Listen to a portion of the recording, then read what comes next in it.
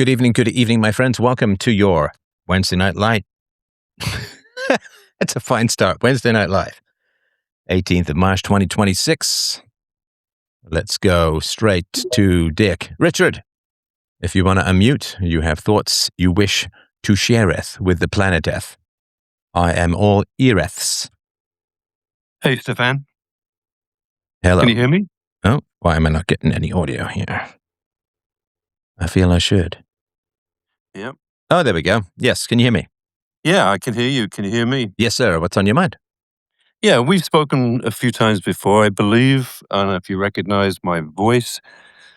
Anyway, I listened to your podcast today, all about Christianity, and it really kind of got me thinking about things. And I know this is going to sound kind of crazy, but I just have something to say about the pushback you got from some of the other people on your chat who claim to be Christians, which is great, fine. And just got me thinking about the whole God question.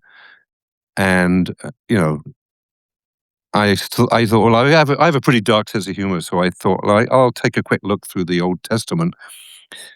And I realize now why I got such a dark sense of humor, because the whole Old Testament is pretty dark on its own.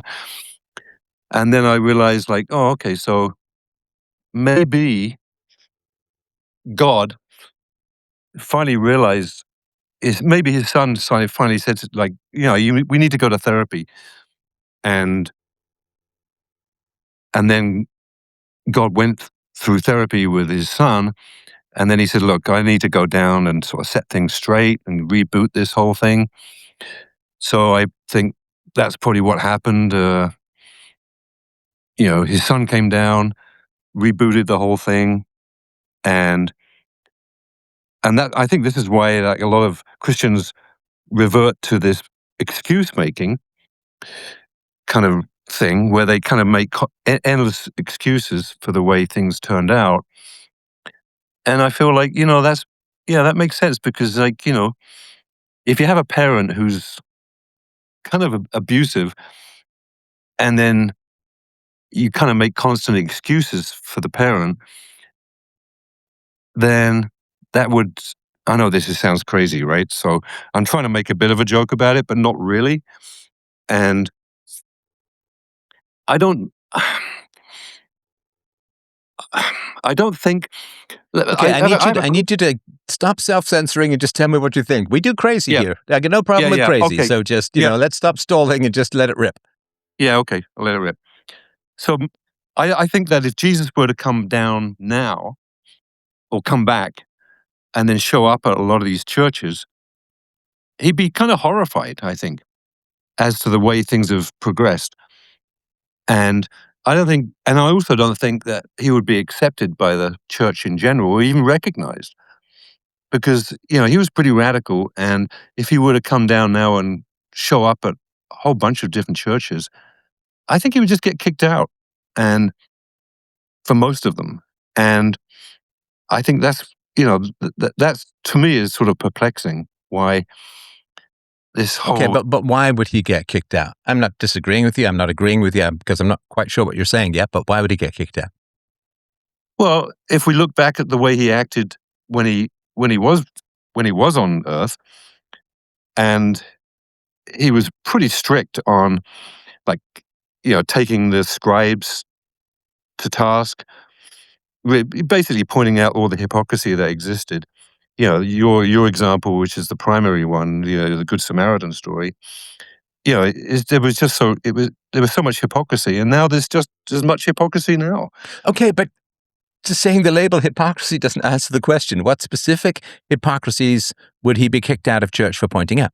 I mean, saying that Jesus would find the church hypocritical, I don't know it's true or false, because I need content, not form. It's like saying math equation. It's like, okay, but what is the specific equation, right?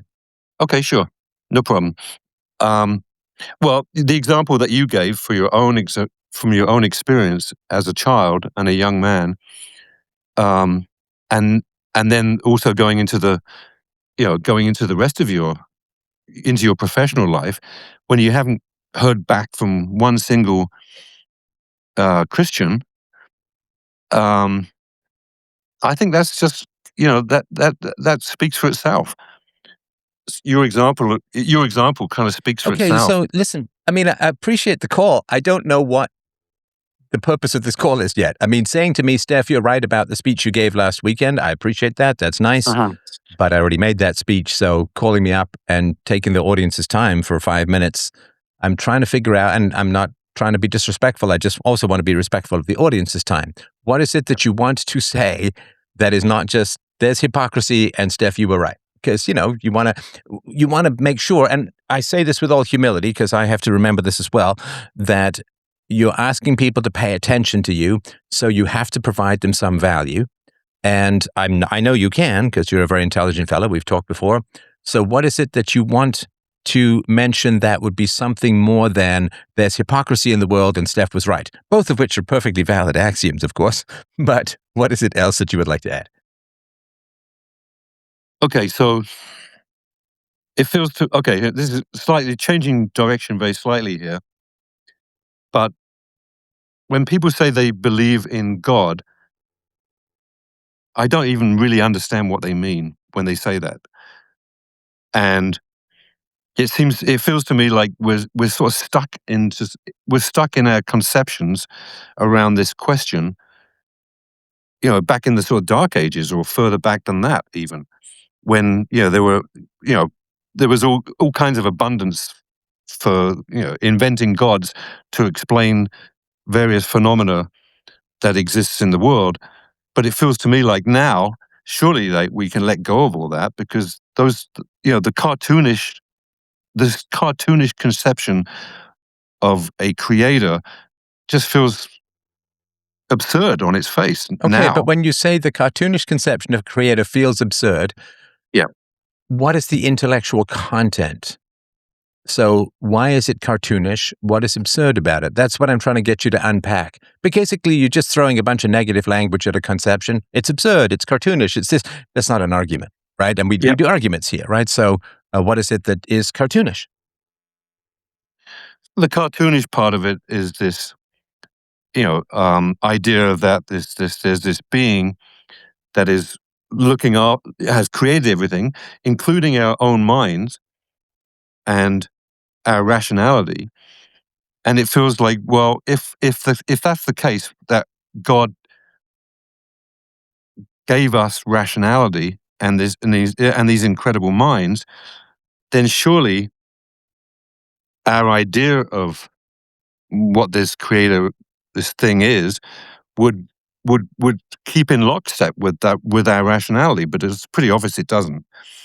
And I don't understand. Okay, let me just give you a quick example. Okay, I was at a Jordan Peterson thing in Vancouver. I was going back a few years now, when he was having a debate with Sam Harris, and he gets asked this question by Sam Harris: "Do you believe in God?" And I was thinking to myself, like, what the hell? What kind of question is that? Because, for one thing, like, I would just answer back, "Well, what God are you talking about?" Because, there's not just one. Assuming that all these, there's No, a but whole sorry, list of. when I don't want to speak for Sam Harris, but when people use the singular, they're not talking about a multiplicity of deities, right? Yeah, So okay, sure. if you were to say in ancient Greece, do you believe in the gods? That would be the Greek gods and so on. But if you say, do you believe in the gods? That would be one question. But when people say, do you believe in God, singular, they're talking about the Abrahamic God, the Old Testament God. The God is at the root of the Judaism and Christianity and Islam and so on. Yeah, okay, sure, fair enough. I understand that, of course. But I don't understand. What I don't understand is how you could even, like, okay, you're a stickler for definitions, okay? So if someone asks you, do you believe in God? Then I imagine, at least, that you'd push back and ask for a definition of what they mean. And I don't even understand how it's possible to come up with that definition. All-knowing, all-powerful creator of the universe who supervises everything and is open to supplications from humans. Yeah, I know that's the accepted definition, isn't it? But I don't know. I don't think that's an accurate definition. And what's inaccurate about it? Well, I don't understand how is how we're able to define what this God would be. No, I gave you a definition. I mean, Yeah, we I can know. quibble about the definition, and I'm sure people would be able to. That's a general conception. An invisible, eternal, all-knowing, all-powerful creator of the universe and the source of moral truth and value. Yeah. Okay. But I still don't understand how that defines some anthropomorphic kind of idea. No, sorry. How is it anthropomorphic when we say eternal? Human beings aren't eternal. All-knowing, human beings aren't all-knowing, all-powerful, and the creator of everything and the open to supplication from the flock. Those are not human characteristics, are they? No, they're not. So it's not anthropomorphic. That I'm sorry. I'm not trying to be a nag. I'm No, not it's sure fair about enough. your confusion. Say, like, we can say that some of these properties are self-contradictory, but in terms of the definition of God, we kind of know what that is, don't we? Well, I guess I suppose what I'm trying to say is that that's a very abstract. It's a very abstract thing, isn't it? Okay, but just Because calling something abstract is not an argument. I still need some intellectual content.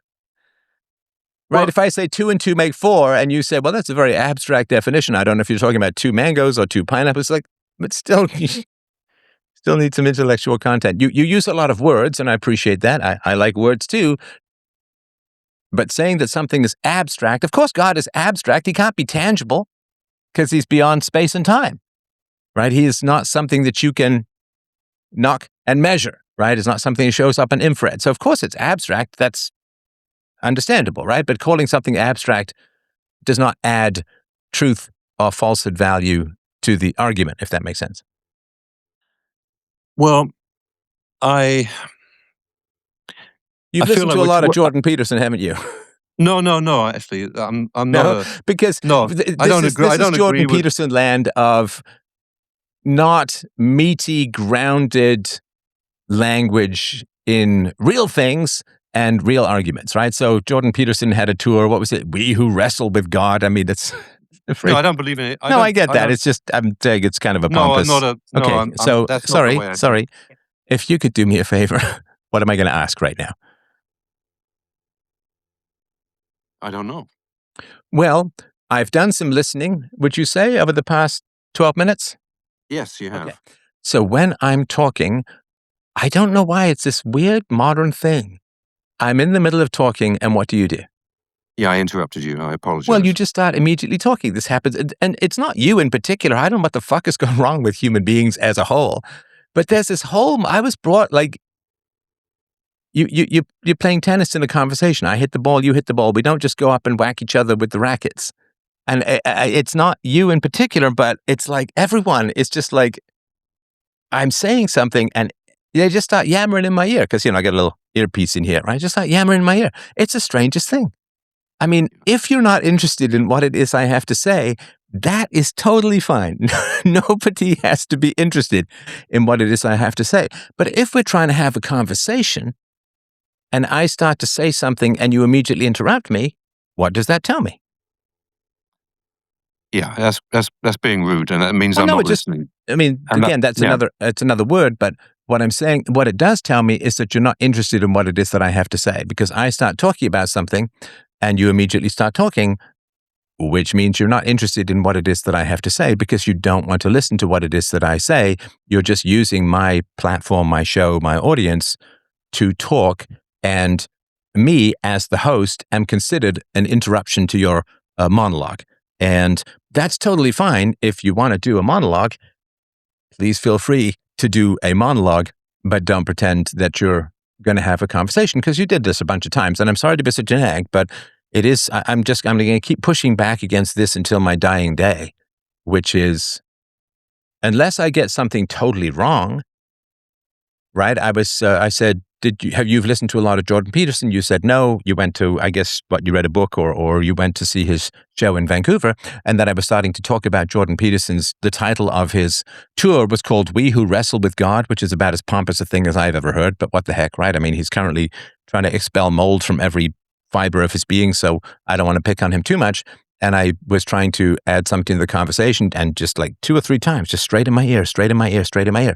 And what that means is that when somebody starts talking in my ear, I either have to mute them or I have to stop talking and let them take over, or I have to do this, right? Like if I'm talking and you start talking in my ear, which you did 2 or 3 times, I mean, help me understand what should I do in that situation? Again, I'm open to feedback on this. What should I do when I'm talking and you or someone just starts talking in my ear, because it also means the audience can't hear me? Okay.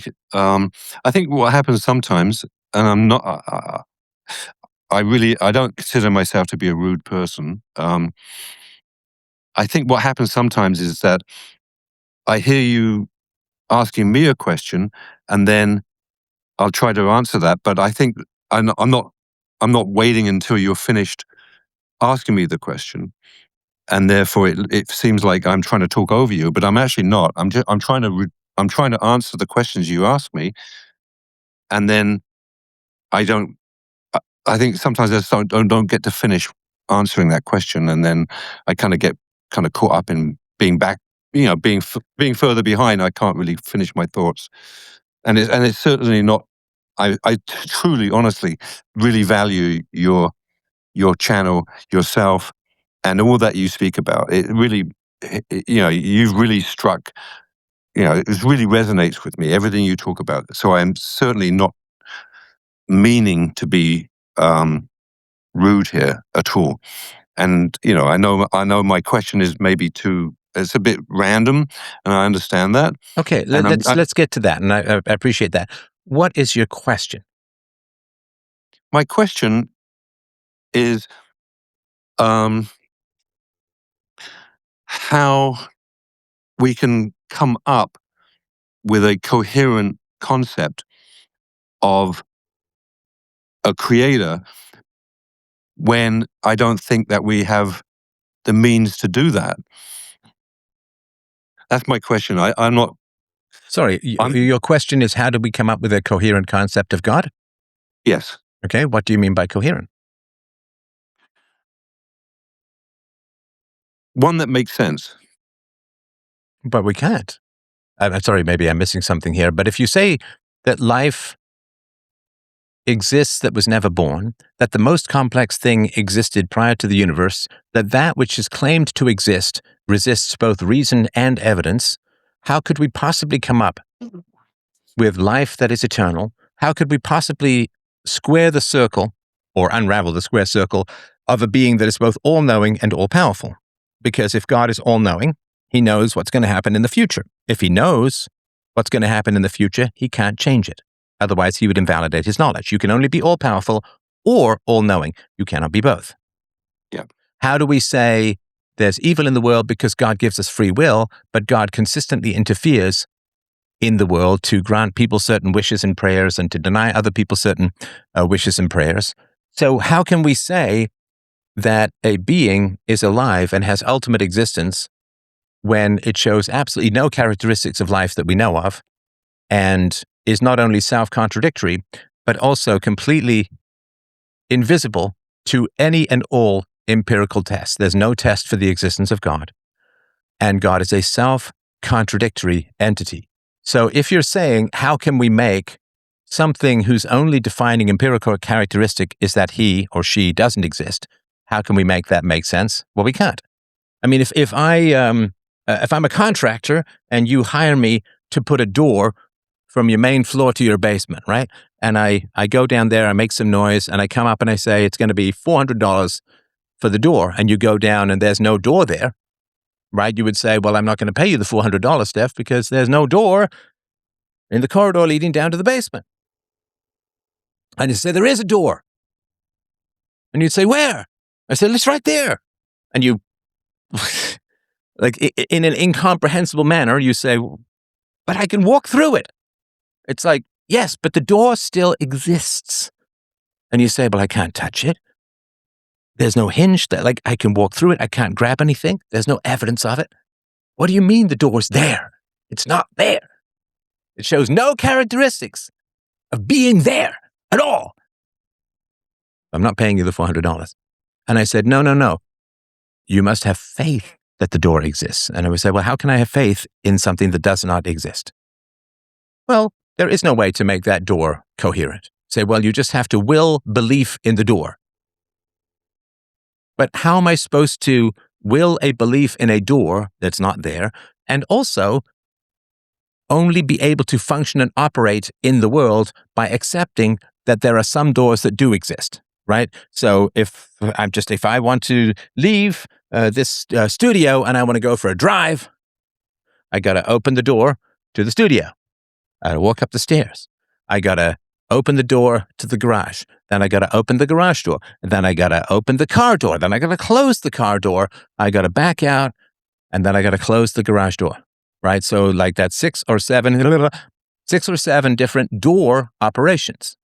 And if I get any of those wrong, I can't go for a drive. Right? If I try to get in my car without opening the door, I can't get in my car. If I try to leave the studio without opening the door, I can't leave there. I try to back the car out without opening the garage door. My car wrecks itself, as does the garage door. Vroom, vroom, vroom, bang, bang, bang.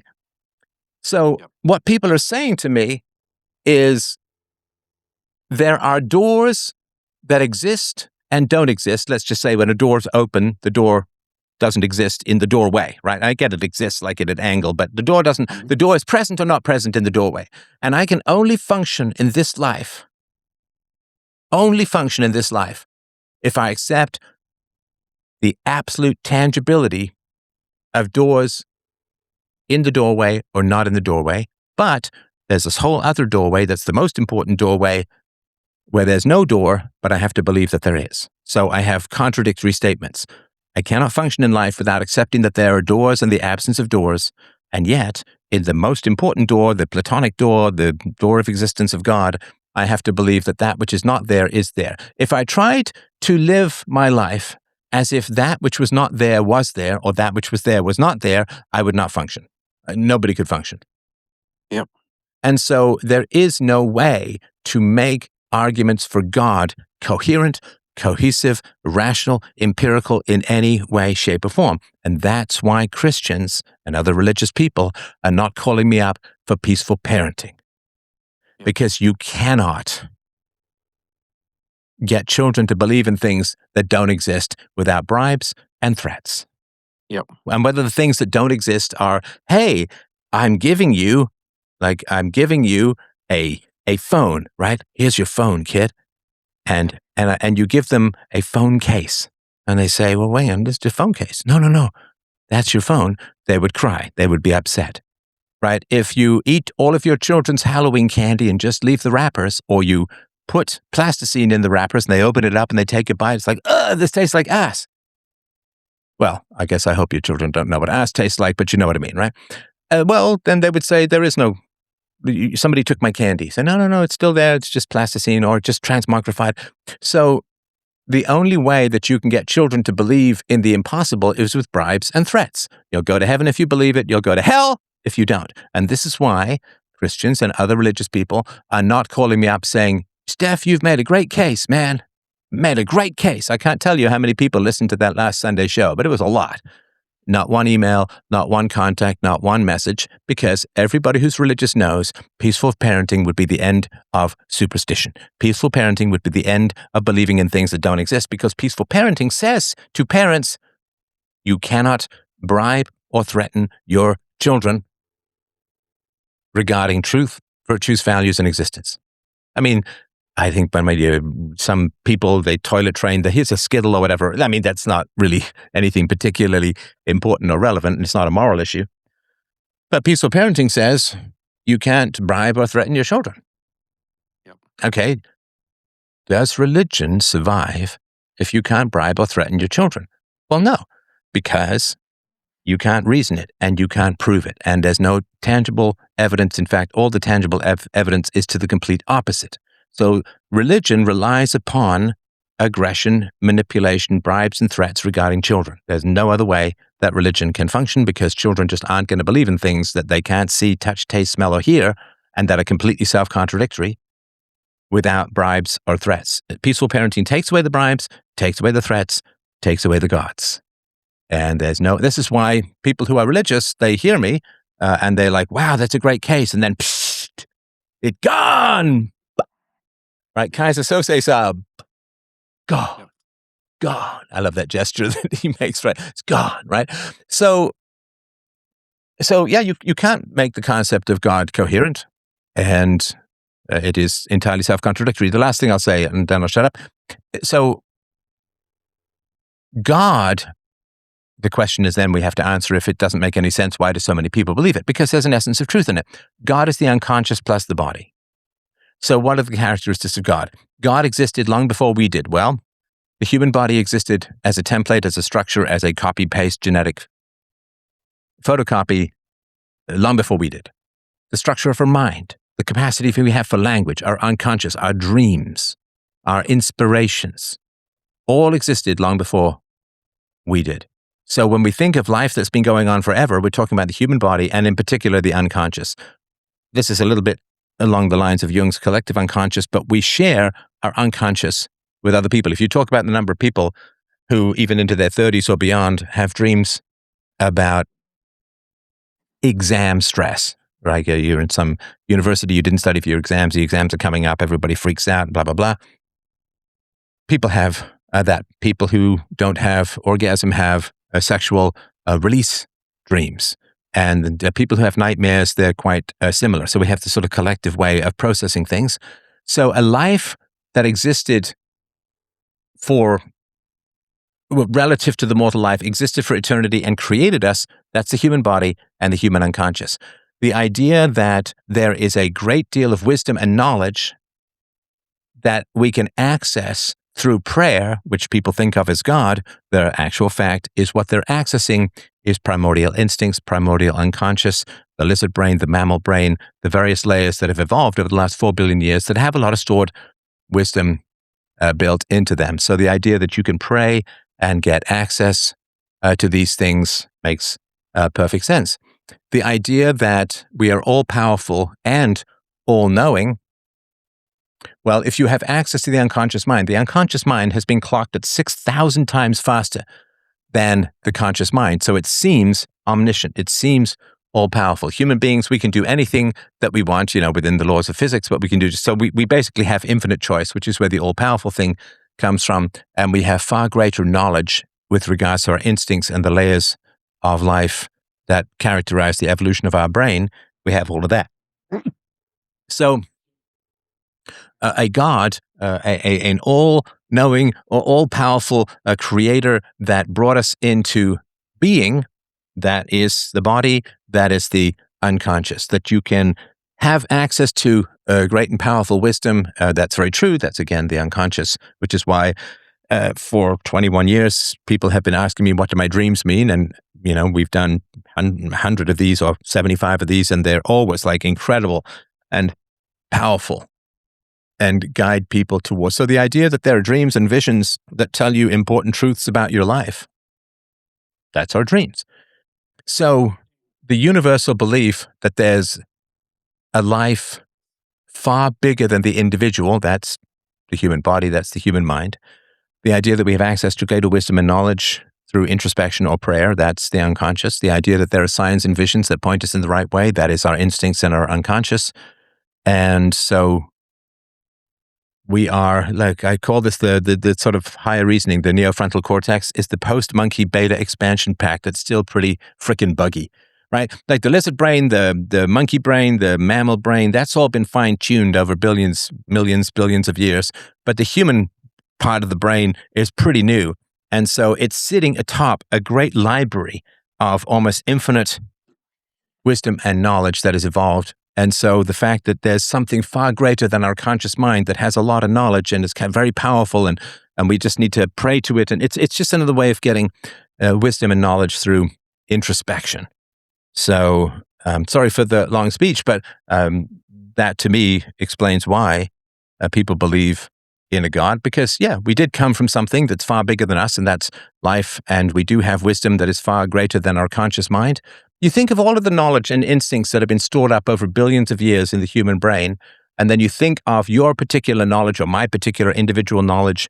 I've been around for 59 years, but life has been around for 4 billion years. So, of course, in my brain, through the evolution that has tweaked what has produced my brain over 4 billion years, there's massive amounts of knowledge, instincts, and so on. And our own little seed of intelligence, like this tiny little snowflake on top of a giant iceberg of truth. And we can get to the conscious stuff, the unconscious stuff. We've just got to ask for, we've just got to supplicate. We've got to, in a sense, surrender our ego to that which is greater and more powerful than us, which is, again, our unconscious and the human body. So, and that's why it doesn't matter to most people whether the concept is coherent or not, because it just makes sense with the facts of our existence, that we have great and deep and powerful knowledge within us, and we need to humble our ego to access it, and we need to let it make our decisions for us sometimes. That is, Jesus, take the wheel. That's basically saying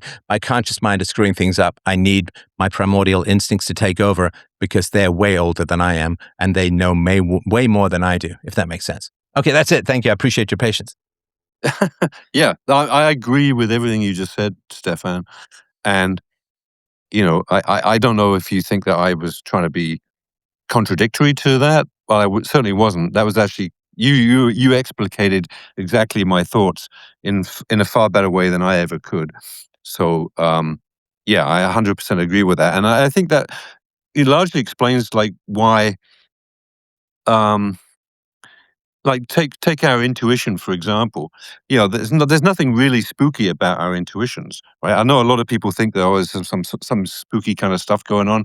I don't think that's the case at all. Because sometimes we get a sense that someone's looking at us. Our senses are completely all the time flooded with data, and yet our conscious part of our brain, where our attention is focused, is a tiny portion of that.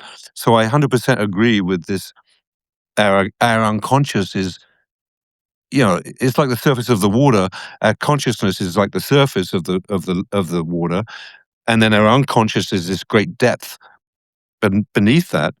And that's having a huge effect on our consciousness. It's not the other way around necessarily. So I totally believe that there's nothing spooky about intuitions or any of these other phenomena that people want to put down to some uh, supernatural cause. I don't buy into that at all. I think the much more real and simpler explanation is exactly what you just explicated with the fact that we're part of a species that has been evolving over billions, millions of years. That there's no mystery. I don't think there's any mystery really to that fact. And what I'm trying to say is that we don't need superstition in order to make sense of the world, right? I think that's a superstition is. I understand where you're saying that where our superstitions come from, but I think if we want to be honest with ourselves and rational, then we can just do away with these superstitions and acknowledge that where we've come from as a species, and then use that to explain. Yeah, Some. I certainly would agree with that. One of the great strengths of our conscious mind, right, the most specifically human part of us, is that it has the capacity to reject the evidence of the senses. Yeah. And so, again, it feels like the Earth is flat and stable. It is, in fact, a ball rocketing through the universe. Sun and moon look the same size, and so on. And so we have the capacity to reject the evidence of the senses. That's where science comes from. That's where math comes from, in a sense, right? I mean, dogs can count in a way, but they can't count in an abstract way, which is to take individual discrete items and abstract numbers to describe them. So we have the capacity to reject the evidence of our senses. And that's where reason comes from. That's where science comes from. That's where the truth that we can learn about the universe comes from. That's where language comes from. And so when we say a tree that is, in a sense, rejecting the evidence of our senses, because we're talking about a tree as a definition that imperfectly applies to every single instance, right? Some trees are taller and shorter. A tree in the summer has the leaves. If it's deciduous, in the winter, it just has its bare forked branches. And so even every concept, every word that we use to describe things is, in a sense, a rejection of mere sense data, because it's a way of organizing our sense data into abstractions that don't match any instance perfectly. Everybody, you close your eyes, you say, oh, think of the perfect tree. Well, you've probably never seen that tree in your life. You're taking little bits and assembling them and abstracting all the beautiful parts of every lovely tree that you've seen. Somewhere in my photo books, I have a picture of a beautiful tree that I took in, 1989 in Montreal. It was a beautiful flaming fall tree, just amazing, right? And so we have the capacity to reject the evidence of the senses, which is where science and language and collectivism comes from, which is good in some ways, but it is, of course, also very dangerous. So it's the old thing like self-confidence, right? So self-confidence is really, really great and really, really dangerous. Yeah. Right? Because we all know people who succeed with no particular reason to believe they will, but we also know people who waste their lives or defraud people, sort of Elizabeth Theranos style. She believed that she could make something happen, fake it till you make it. Turns out she was completely wrong.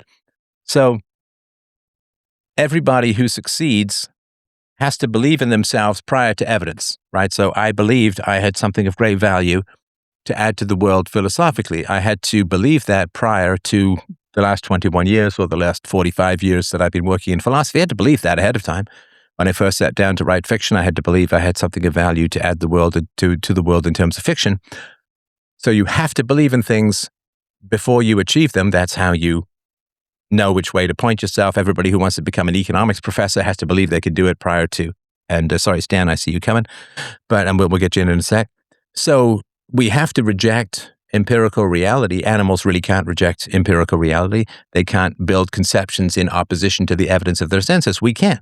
So science and God come from the same denial of reality, but they stand in opposition to each other, because science is the denial of immediate sense data, but it fundamentally remains empirical in that your senses do have to validate, the sort of famous experiment that Einstein had where he said, if my theory is true, then the light that we see around an eclipse will bend around the sun.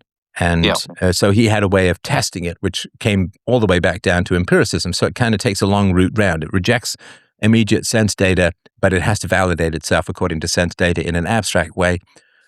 God does not do that. God is a denial of sense data and is believable because of an absence of philosophy. And of course, people need morals to run society. And in the absence, or in the prior to UPB, inability or unwillingness of philosophers to define secular morality in a rational and universal way, meant that, if there's a storm and the only building that's standing is a church, you go into the church. And until atheists build a better church, that's where people will have to take shelter forever. Yeah. I mean, there's this tension that exists, isn't there? You mentioned this just a few minutes ago, where we have our consciousness, and it enables us to pursue science and other. Well, not just our things. consciousness, sorry, but it's our ability to reject the evidence of senses is the foundation for science. Sorry, go ahead. Yeah, exactly. And there's this, you mentioned with the self-confidence thing, right? There's this tension that exists with this beautiful thing we have called consciousness and reason and rationality. And so there's this, so we have to be, we want our reach to go further than our grasp, but at the same time, we don't want to fall prey to our own hubris, I guess, maybe that's the correct word. I don't know. It was an Aristotelian mean, right? So an excess of self-confidence is delusion, and a deficiency of self-confidence, is insecurity. Sorry, go ahead. Yeah, and I think that's a beautiful thing. I think that's a very beautiful thing that we have, that we can experience while we're still alive. Is this tension between making I guess we use the word judgment or some other words to describe this phenomenon where we need to keep ourselves in check, but we don't want to keep ourselves so in check that we don't exceed ourselves in some sense. Yeah, I'm sorry. I think you're just restating what I said. And Yeah, I I'll know I end am. here, and I appreciate that. I'll get to the next caller. What I've always said to my daughter and what I'll say to you is dream big, get proof. Dream big, get proof. If you think you can be a great songwriter, absolutely go for it. I don't believe there's any point at all having a dream without going for it full tilt boogie. What's the point? What are you saving yourself for marriage? You're saving yourself for the afterlife. There's no point exiting this life with dreams unrealized. If you believe that you can do something great or something important or something powerful, absolutely 150% do it and keep doing it until you break through or fall back, right? So if you want to be an artist, go be an artist. Go give it everything you've got. I was interested in being in a band, so I started a garage band. Turns out I wasn't particularly musical. It was great. I'm glad I tried it. Wanted to be an actor, went to the National Theatre School. Wanted to be a playwright, wrote and produced a play. See how I enjoyed the experience. If you're going to do something, absolutely do it. We are not here to play half measures because death takes us all, whether we're done or not. You're never going to experience your own death, right? It's just going to end mid-sentence, right? Everything, because you don't experience your own death, only other people do, right? So dream big, get proof. So if you want to be a poet, write poetry, read poetry, give it everything you've got. And then read your poetry, submit your poetry, get other people's thoughts on your poetry. When I was in my teens, I wrote a bunch of poems, printed them up, printed up the books, sold them, and so on. So whatever you're going to do, go big, get facts. So a lot of people just focus on one or the other, right? So if you've got dreams and you say, well, what are the odds? I haven't done anything great so far. There's no facts to support. No. Forget all that. Forget all that. Dream big. Act. Act as if you're already successful and check as you go. Not too far, not too immediately, right? You have to write. A lot of people get writer's block because they refuse to suspend judgment and they judge everything that they're writing in the moment. No, you write as passionately and as deeply and as humanely as possible. And then you get people to read it, you get feedback, maybe you got an editor or something like that. Dream big, get proof. People who just are empirical, well, before you succeed, there's no empirical evidence of you succeeding. I could sit there and say, well, I want to have a podcast, I want to have a blog, I want to do great philosophical things in the world, but there's no evidence that I can do those things. So why would I try? It's like, no, of course. Everything that exists did not exist, and somebody had to believe that it was possible and worthwhile in order to do it. But then the other people who just daydream and I could be great and I could be wonderful, and Grandma Moses started painting at the age of 80, so I've still got time, right? That's all crap. Dream big, get proof. Dream big, create as if you're great, get feedback, and see who agrees with you. And if nobody agrees with you, you'll have to find something else to do or just keep it as a hobby. All right, so sorry, we'll get you in just a sec. I just want to get the chats from people. How is there motion if there was no original mover, that non-moved mover we call God? See, James, I appreciate the question. And this is St. Augustine, which doesn't mean that it's not important or original to you, but Aristotle, right? How is there motion if there was no original mover? Who knows? We don't know. We don't know. But the pretense of an answer is worse than no answer. The pretense of an answer is worse than no answer. Because if there's no answer, you keep looking. If there's no answer, you keep looking. So imagine that you've lost something really, really important and you have a dream so vivid that you found it, that you really think you found it. Then you'll stop looking, right? So you'll never find it because you think you have something, but you don't. So if you say, well, there's an original mover. Okay, well, what's the nature of that original mover? Don't know. Is there any proof that original mover exists? No. Does the original mover at least conform to evidence? Or if not evidence, at least reason? Is it at least theoretically possible because it's rationally consistent? Because everything that exists is rationally consistent. It's the law of identity. No. So then you say, well, what's the answer as to the original mover? Well,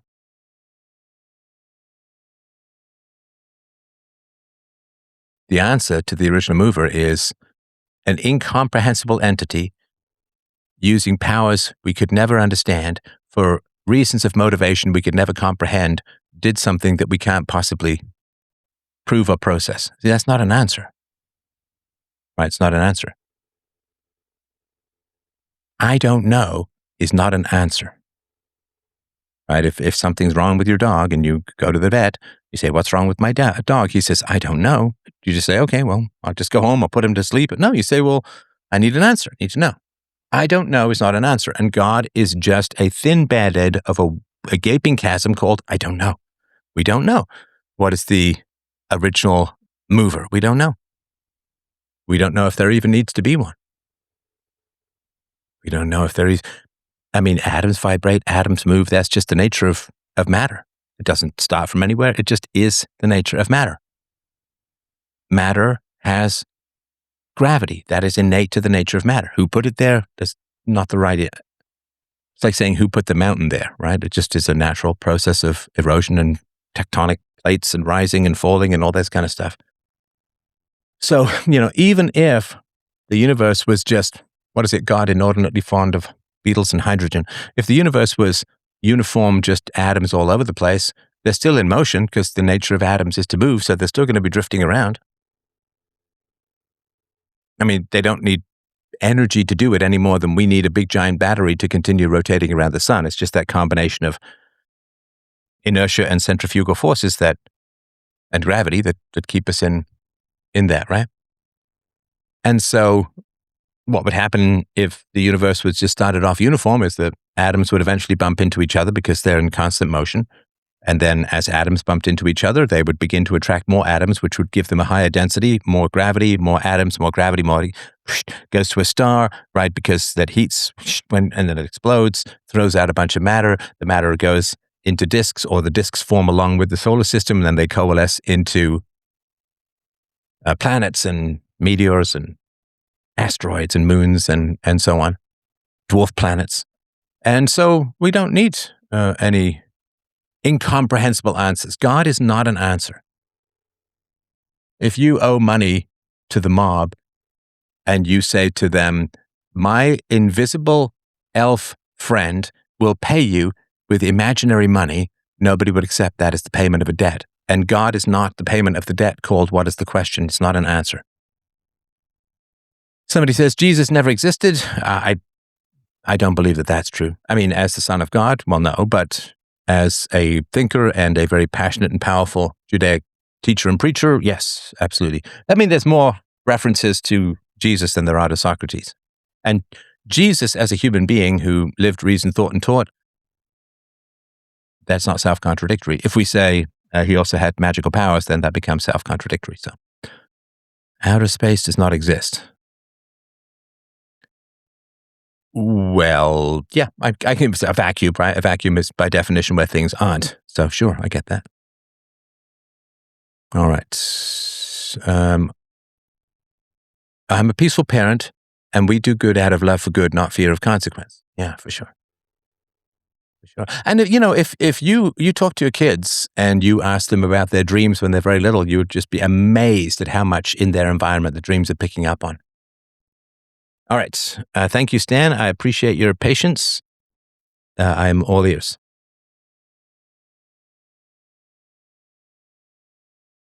But you will need to unmute. Come on, baby. Somebody says, if someone says they're an atheist, you immediately know they are an idiot or possibly lying. CJ, you're going to have to up your game here. I mean, that's like going to a scientific conference and says, well, anybody who believes in this theory is just an idiot or lying. It's like,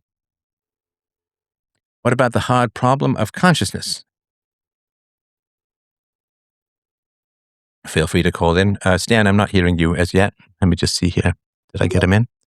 If you want to unmute, I'm all ears.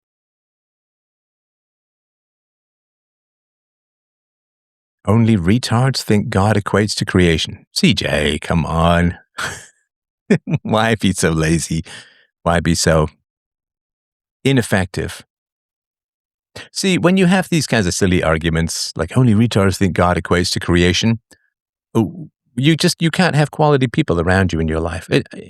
I don't see this kind of aggressive trolling stuff as anything other than a desperate and sad confession that you don't have anyone in your life who knows how to think and cares enough about you to correct you and give you better arguments. Very sad. I love you so much. Thank you, Sebastian. What's that old Jerry Seinfeld line? Some troll or some heckler screams out, I love you, Jerry. And he says, I love you too, but I still think we should see other people. When did Steph come back? Last I remember, he got banned for speaking truth about the coof back in 2020. I don't think it was the coof. I think it was the election. But anyway. Did evolution stop on the horseshoe crab? Why is there still a horseshoe crab? Is it the ultimate evolution? Evolution stops when reproduction is as efficient as it can be, and when there's more competition for resources and more value in mutations, then that's better, right? It does better. Ba-ba. The God topic isn't as interesting as the topic of morality itself. To you. It's funny, and again, this is a sort of a nitpick, but it's important. It's important in terms of language. So the God topic is very interesting. I mean, people are fascinated by the concepts of gods and deities and so on. So if you say the God topic isn't as interesting as the topic of morality itself, the important thing is to say, because anybody with any wisdom is going to add this for you anyway, is to say, to me. Because to a lot of people, the God topic is absolutely fascinating. So if you say, Westerns are boring movies, then everyone with any brains adds to you. So if I say Westerns are boring, everyone is going to say to me, I don't like Westerns, I find them boring, whatever, right? Rap is crap, but that's a whole different argument, right? So if you say the God topic isn't as interesting as the topic of morality itself, are you saying that's your perspective, or are you saying that is somehow objectively true for everyone? Dicey, man. It's dicey. Because I always add, well, I'm bored of this. Look, this topic is boring. What I replace that with in my mind is, I'm bored of this topic. And I don't even know if people are bored. Sometimes people get annoyed with the topic because it threatens their emotional defenses, so whatever, right? All right. And the other thing I would say too, so one of the flips between the Old and the New Testament is the Old Testament appeals to punishment. It's a mere argument from authority. Do this or you're destroyed. And the New Testament appeals to the conscience, to the desire for good, and to our capacity for guilt. From external punishment, from shame and punishment, to internal punishment, to self-attack, which has strengths and weaknesses. The strength is that it becomes very easy to have a free society when people internalize and self-attack on their ethics. The bad news is that other people can use that self-attack to mess you up and destroy your society, which is kind of happening in the West at the moment.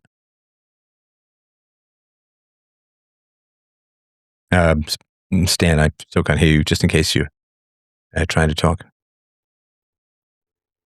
It's also tough, because... Oh, hello there. Yes, hello. Hi there. Never really talked to you before. I'm just wondering what lens you're looking through. Are you an atheist, or you have a very insightful stuff. I'm also new to learning this a little bit, so I was just wondering if I'm able to ask you a few questions. Yeah, please go ahead. Okay, so you don't hold to any superstitions, right? Well, sorry to be annoying. So I'm a rational empirical philosopher. So that which conforms to reason and evidence is true and valid.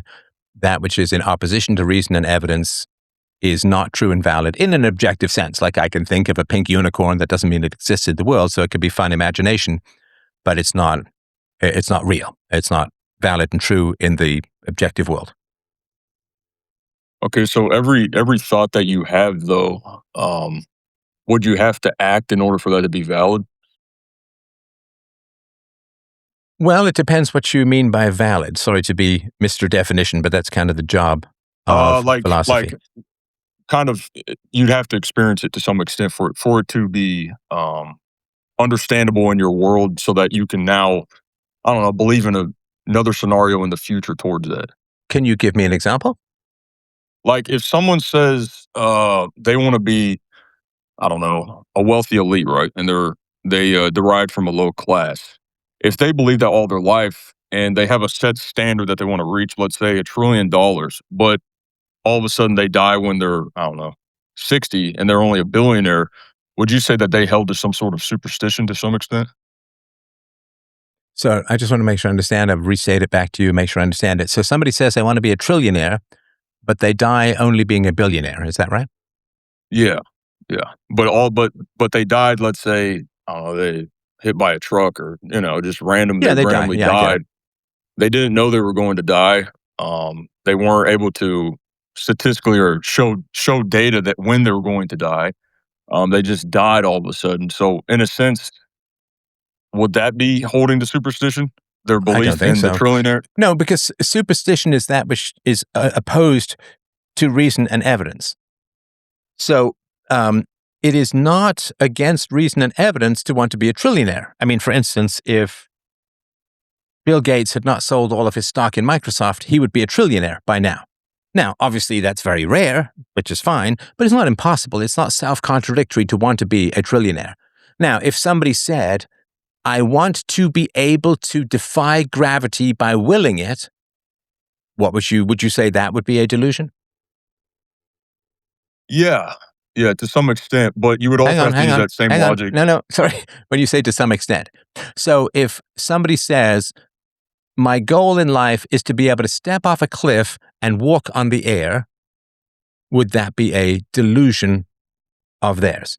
You said to some extent, and I'm not sure to what I would, extent it well, wouldn't if be. we're talking with the natural laws of the body, I would say no, they're not able to do that. That would be a miraculous event if that were the case. But if they invent some military technology where they're able to do that, then yeah, sure.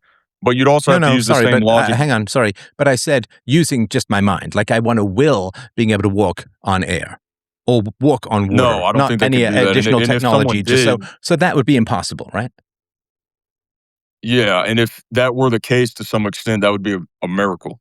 Well, no, So, it's not possible. It's impossible. And so if somebody has a belief or an ambition that is within the realm of possibility, is not self-contradictory, sure, I mean, it may be very rare, but you can do it, right?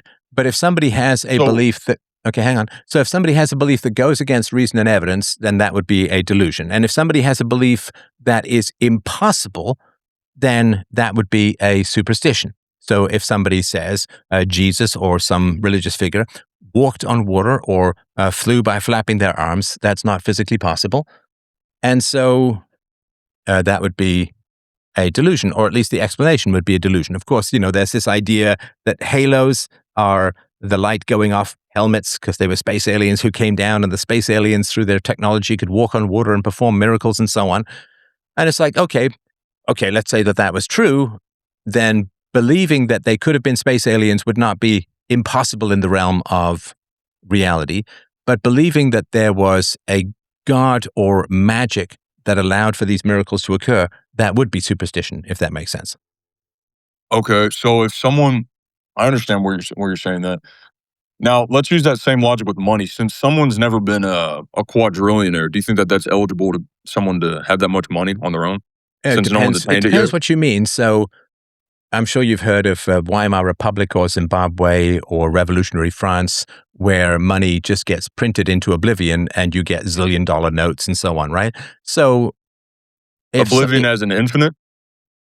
No, I mean, basically you end up with money being virtually worthless, and therefore you could be, I don't know, what is a quadrillionaire or whatever it Or is. the intangible notion of it, not necessarily the dollar bill.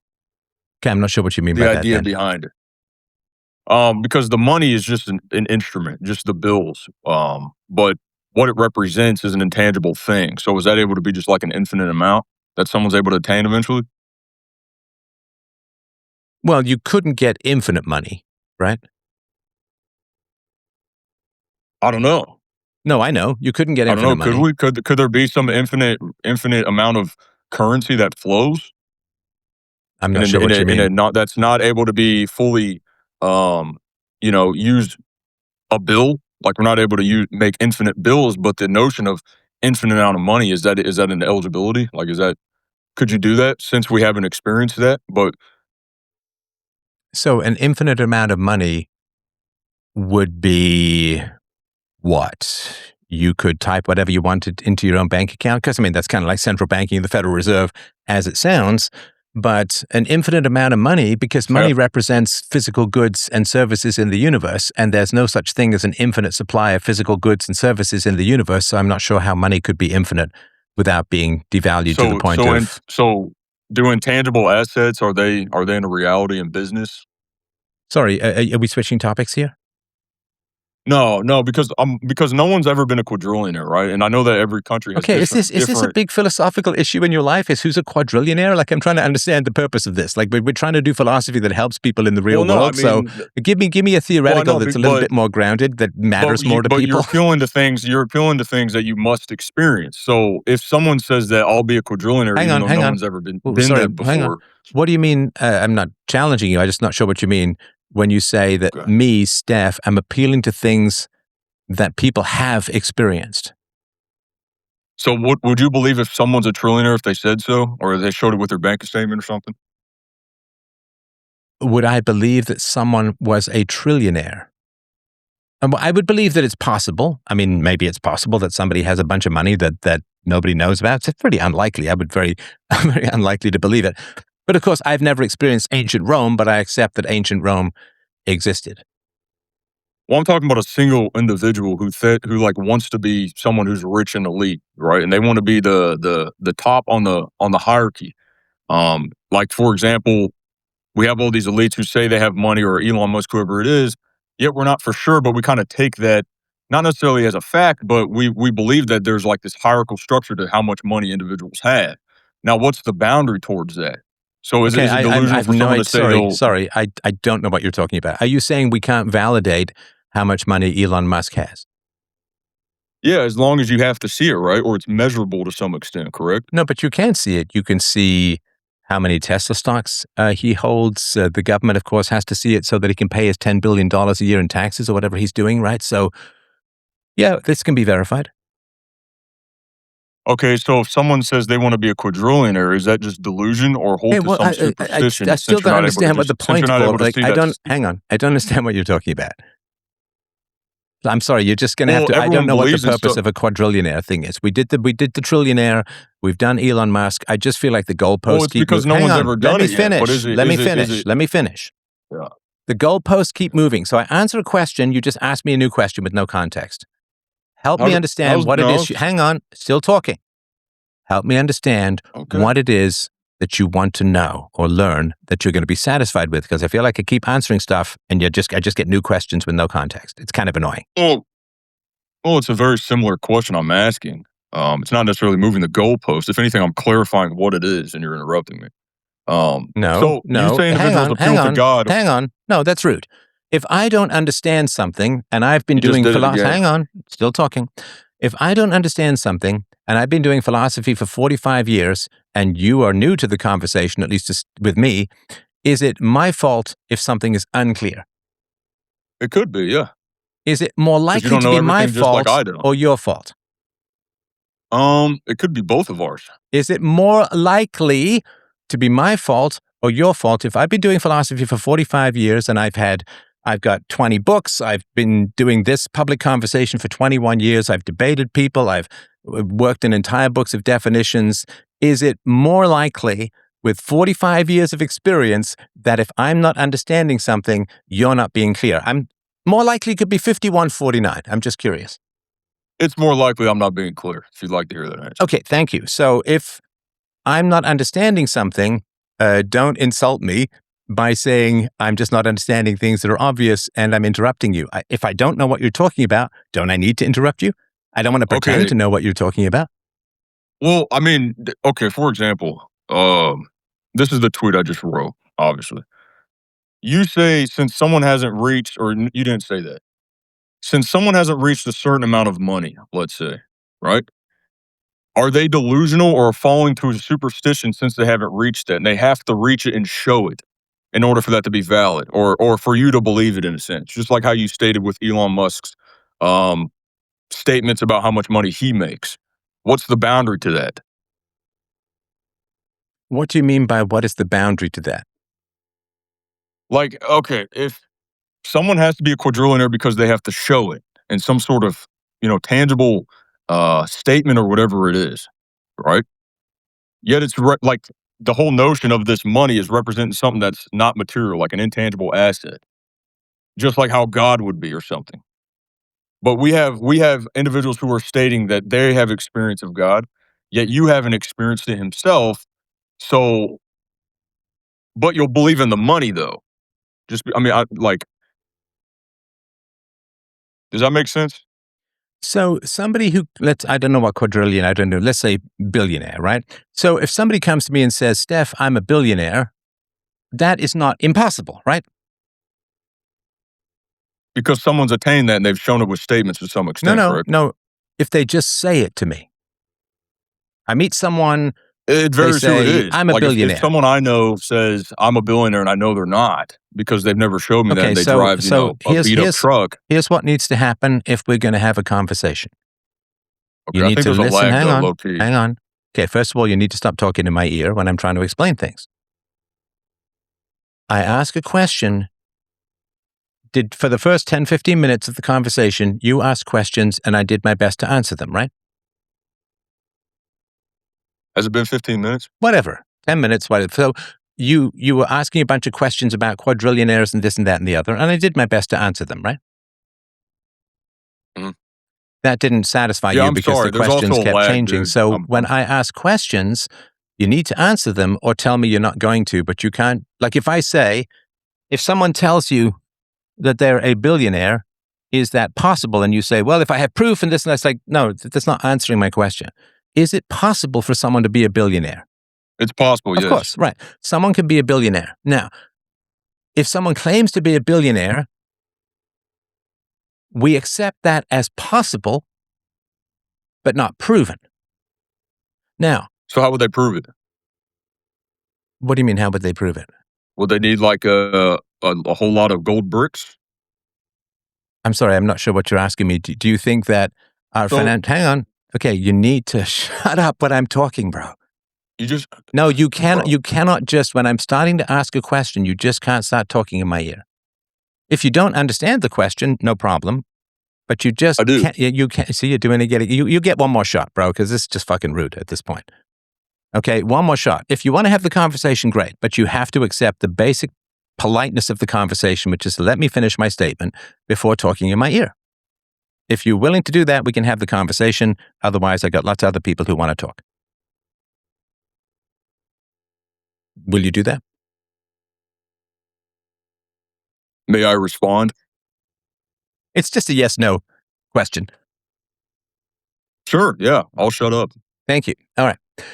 So there are massive amounts of processes and procedures to figure out whether somebody has assets. So if you want to go and get a loan, then you have to show if you have assets. And if you have assets that could cover the loan, you'll get a better rate. If you don't have any assets at all and you ask for $1 million, nobody's going to give it to you. When you have to pay your taxes, the government is very good at figuring out how many assets you have. If you have to pay your property taxes, the government is very good at figuring out the value of your property, although perhaps a little bit greedy. So if you say to me, how do you verify these things? I'm not sure what you're asking, because if somebody says I have $1 billion or I'm worth $1 billion, then they would have to show a list of assets that add up to $1 billion at current market value, and that would be proof that they have $1 billion if they give you the list of assets and show you that they own them.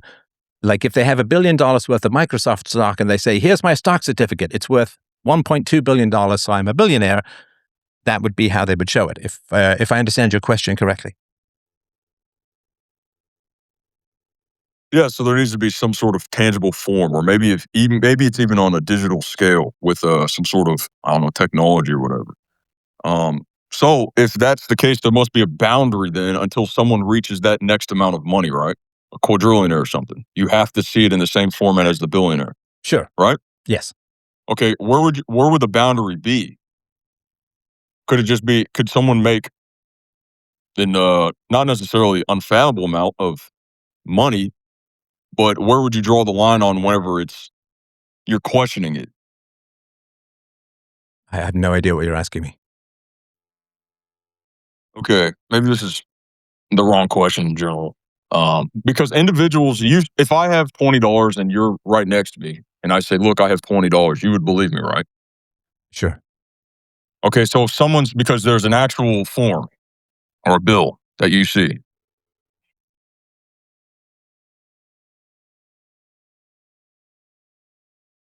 Sorry, are you still asking me? Yeah, there's a Yeah, if you show me $20, time I delay or accept you have something. $20. Go on. Okay, so when someone claims that they've experienced God or something like that, you simply just can't. You have to have some sort of representation of something that's intangible, like the dollar bill is. The dollar bill is not the $20 itself. But God is a self-contradictory entity. $20 is not.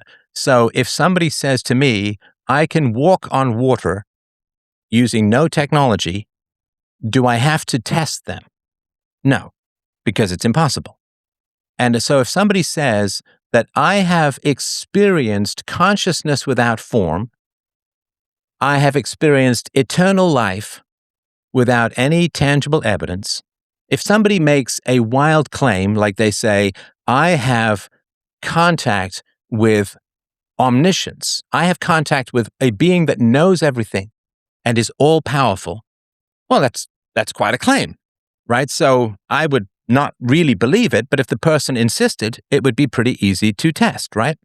So if I come to you and I say, I have access to all knowledge in the universe, how would you test me? I wouldn't say that you're omniscient because we don't claim that. So we would know that if you ever claim that, that's wild because that's only an attribute of God. Okay, is God all-knowing? Of course. Okay, so when you say people have experienced God, it means they have access or have had access to all the knowledge that could possibly exist now and forever across the entire universe, because that's what all-knowing is, right? No, that doesn't mean we are his attributes just because we experience him. Like when you experience the sun outside, that doesn't mean you're experiencing the source itself. What? You're not diving into the sun. No, I get it. Like the sun in the sky I get it. But if you have, Yeah, but I understand. If you have access to all knowledge through a relationship with God, that is a testable hypothesis, isn't it? we don't have access to all knowledge. Having access to the divine is having access. I'm not saying that all knowledge transfers to you. Like if I ask AI something, that doesn't mean I become the AI. It just means I can look something up on AI. If I look something up in a dictionary, it doesn't mean I become the dictionary. It just I have access to the dictionary. So somebody who says, I have access to an all-knowing being, that's pretty testable, right? Because they're saying, here's an attribute of a being called all-knowing, and you must have some reason to believe that God is all-knowing, which must mean that God has been able to answer for you things that nobody could possibly know, because that's what all-knowing would be. So if there was an all-knowing being, I could do silly things like hold a random number of fingers behind my back and it would always get it correct. I could say, if I keep a dream journal, right? And I could say, what was the dream I had 6 months ago? And God would know, right? And tell me a scientific theory that has yet to be proved, or a mathematical theory that has yet to be proved, and you would have access to to all of that because you would have access to an all-knowing being, right? And so that would be pretty testable, right? So you say somebody says I'm a billionaire, and if you care enough and they care enough to show you, then they'll show you their asset list. And if people come and say I have access to an all-knowing being, I would be like, I don't believe you do, but there would be ways to test it that would at least bring that closer to possibility. And of course, nobody who's a believer in God has ever passed that test, which makes you believe that they're not in contact with an all-knowing being. Well, do you think some things are unfathomable, for example? So you just keep asking questions. Well, no, I mean, once again, I told you, we'll never be omniscient. That's going to dive into theology. I already answered that one. What was my answer to that? That we'd be able to show that. No. If we talk to an omniscient God, therefore we should be omniscient. Sorry. Don't mean to interrupt you, but you need to answer my question. So when you said we don't become omniscient by having a relationship with God, what was my answer to that? Well, you broke up about the last minute, but you'd have to have some sort of evidence to show that. No, my answer to that was that having access to a being who's all-knowing does not make you all-knowing in the same way that me having access to a dictionary doesn't make me the dictionary. Me having access to AI doesn't make me the AI. And so saying that if you claim to have access to an all-knowing being, that you therefore become all-knowing is not valid. It means you have access to an all-knowing being. If I look something up on a search engine, I don't become that search engine, right? That search engine doesn't transfer itself into my brain or anything like that, right? And so if you claim, as religious people do, that you have access to an all-knowing being, I don't really believe that, but I'm certainly willing, and I've done this a number of times, to say, okay, well, if you have access to an all-knowing being, then ask the all-knowing being to tell you and then tell me the dream I had 3 nights ago. And how many times have religious people passed that test? None. Because that'd be like coerced knowledge to some extent.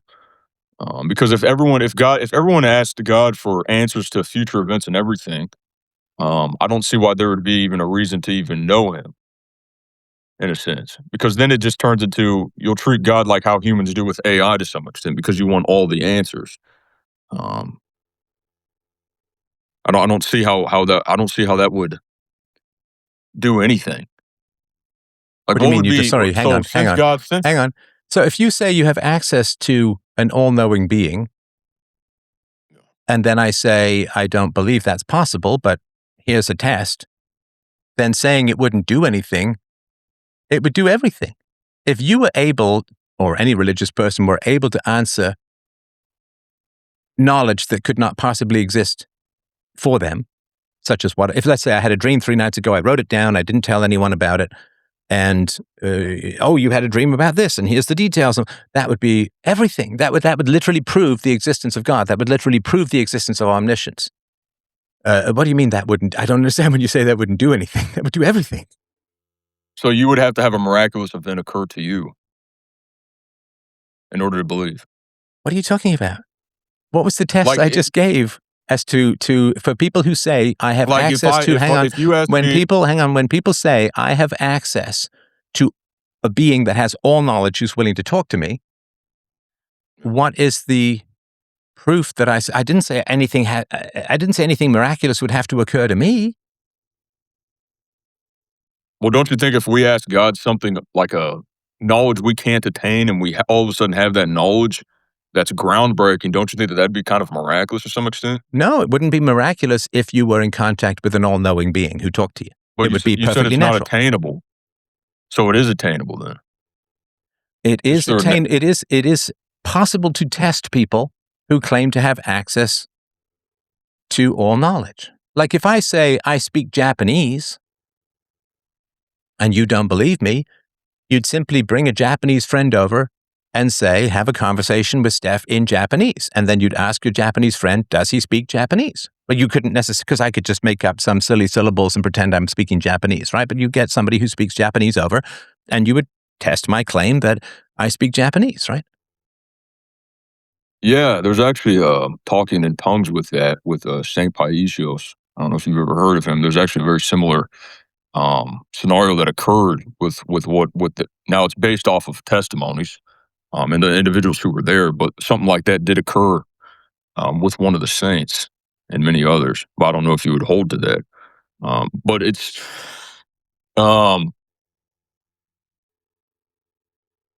yeah, that's a real story if you don't believe it, obviously. But there's been recollections of things like that, but it's not everyday scenarios, because if it's everyday scenarios, then it wouldn't be that I don't want to say magnificent, but it seems like you'd have to experience that yourself, something that maybe you can think of it, but at the same time, it's something that's so much more over your daily reality that it almost shocks you. That's how you'll believe. It has to be that one instance. And what happened to you that had you believe? I don't know. I've just always kind of believed. Just to be honest Well, with you. hang on. I just never. So hang on. I thought you said in order for people to believe, or for me to believe, there would have to be some big shocking event, but you don't need that. Is that right? Yeah. Okay. I mean, I'm not you. You're not me. Thank you. I appreciate we that. have different lifestyles, dude. I don't know. I haven't always been like a Christian in the sense. I'm in the realm of catechism and orthodoxy, but I've just never seen stuff derived from nothing as the classical arguments you that they hold to. I just don't think this just derived from boom, it's here, or it's always been something like this. I just can't look at the other side. I can look at the other side, but I'm like, it just doesn't make sense, dude. Because like, I don't know. I'm also learning the philosophy behind these arguments. It's a whole lot of stuff, I'll tell you that. Okay. But So sorry. You said that you can't believe that matter and energy have always existed, yeah, but you I do can't believe believe that. that God has already always existed. Yeah, God's immaterial. I think that he's the necessary precondition for that. No, And but that hang would be on. creation. So the matter that you experience as eternal in your daily life, you don't believe is eternal, but God that you've never directly experienced, you believe is eternal. So that which you have evidence for is eternal. Matter can neither be created nor destroyed, only move back and forth from matter to energy. So what you've directly experienced as eternal and what science has proven is eternal, you don't accept as eternal. But God that you've never directly experienced and can't prove, you believe is eternal, and that's no problem. Yes, because I believe if there's material, then there's immaterial before that, in a sense. I mean, not to be but the same that science holds to, I'm sure you've heard these arguments, they're not material. These transcendental categories. I mean, there's things that you hold to that aren't material, dude. I don't know what that means. I'm not saying you're wrong. I just don't. There's things that I hold to that are not material. Knowledge, morals, logic, Okay, ethics, bro, reason. hang on. You're getting very impatient and aggressive, and I'm not sure why. No, I think there's a lag. I'm not. No, I can hear. I'm a smart guy. I'm experienced in these things. I know when people are getting testy with me. So I don't know what you mean by hold to, and I don't know what you mean by immaterial. I mean, concepts are immaterial, ideas are immaterial, but they tend to reflect things in the world as a whole. I'm not sure what you mean by hold to. Does that mean accept or believe? Again, the language is just ambiguous, and I'm not sure what you mean by that. I'm not disagreeing with you. I just don't know what you mean. Yeah, like the laws of logic, your reason, your consciousness, your mind. Okay. Do you believe in those? To start as some sort of axiom or whatever. Well, it's not a belief. The laws of logic are derived from the empirical actions of matter and energy, right? So the laws of logic says that non-contradictions can't exist. Contradictions can't exist. There's no such thing. I mean, would you accept this, that there's no such thing as a square circle? Something can't be both a square and a circle at the same time. Yes, I believe that's objectively true. Okay. because it would be self-contradictory. So, and can I be in Los Angeles and Beijing at the same time? I hope not. Well, yeah, maybe bits of me if I've offended the Yakuza or something. Yeah, Oh no, if that's you're in Japanese. if you're in the underground, whatever that's called, the selling body or whatever. So no, but me as a living individual can't be in two places at the same time. So Of course not. the basic facts of the universe, the basic and predictable behavior of matter and energy is where we get the laws of logic from, because the laws of logic are designed to describe things in the world, and therefore they can't contradict the properties of things in the world, such as non-contradiction and identity and so on. So it's not that I believe in the laws of logic, it's that the laws of logic are derived from how matter and energy behave, and are generally used to describe things which can be true in the world. So if the cops, heaven forbid, arrest you for some crime that was taking place in Los Angeles, and you have definitive proof that you were in Beijing, they will let you go. At least you would hope. And certainly they should let you go, because there's a simple understanding that you can't be in two places at the same time, and therefore you couldn't have committed the crime if you were on the other side of the world. So it's not like I believe in these things, but I accept that the behavior of matter and energy is not contradictory. And things can't be in two places at the same time, because that's not how matter and energy work. And the laws that describe the objective behavior of matter and energy, I accept that they mirror the properties of matter and energy. So it's not like I believe in them like I just hold my nose and that's just something I believe in. But I believe in them because they are describing that which I experience every day, and that which is validated by science, which is the natures and property of matter and energy, if that makes sense. Okay, yeah, that makes sense. I'm not trying to move the goalpost, but in a sense, would that be that the matter made the law itself? No, the law is something that is identified. I mean, Aristotle was the first guy really to come up with the three major laws of logic, but it is the mind that identifies these things, and the mind has derived them from the evidence of the senses. We abstract those things into universal laws that we can apply to just about anything, in the same way that we see a bunch of trees and then we have a concept of a tree, and then we see something new that's a tree and we don't say, well, what the hell is that, right? We sort of apply it to new things as a whole. So it wasn't just created out of thin air or invented out of nothing. It was observed and then abstracted from the nature of matter and energy. Okay, so the physical laws is what structured it, or the mind structured it. The logical laws. Yeah, so the mind in its ideal sense, when you're talking about reality, is like the shadow cast by a statue, right? Some guy out there being heroic with a sword or a shield or something like that. So the mind identifies principles based out of our individual actions with individual things. And we don't ever see something that is both an orange and a bowling ball at the same time. And we don't see something that is both a tree and a waterfall at the same time. That matter is inert generally in its properties and only changes when acted on by an outside force. And so that's the law of identity and the law of non-contradiction and so on. So they're not created, they are identified from how matter actually behaves, and then we test it against new things, right? So we all have these laws of logic, and then we test them against new things, right? So I don't come to the downstairs of my basement and find that it is turned into the Hanging Gardens of Babylon, or a portal to the Nether in Minecraft, or it hasn't turned into a discotheque, or like it's the same thing, and I put something down, I come back, and it's still there, and if it's not there, I assume my wife has tidied up, and I'm doomed, right? So, and this is true even of personalities, right? I met my wife like 24, 25 years ago, and really liked her personality, really liked her virtues, her morals. We dated, we got engaged, we got married, and our personalities have remained pretty stable. You know, there's been some change, some improvement. We've gotten a little wiser and a little tougher over the years. And so even personality is pretty stable. Otherwise, we couldn't commit to anyone, because then people would just be like random, and just you'd wake up one morning and she'd be a complete opposite or something like that. So yeah, the behavior of matter and energy is very stable over the course of our lives. And so we're continually testing the laws of logic, even at an unconscious level, to say, okay, how's matter and energy behaving? And it's like, oh, I've got these glasses, and I put them on. Oh, they still work, right? According to some people, there's magic in the glasses. Medicine. It's like, no, it's just bending the light, right? And of course, when my eyes, as they do, I go every couple of years to the optometrist, get a slightly new prescription because I'm aging. So yeah, everything behaves in a perfectly predictable and rational fashion. People sometimes don't, of course, but that's the nature of free will and all of that. So the laws are derived from things in the world. We're continually testing them against things in the world, and they are consistently working and are valid. Okay, thank you. You said free will.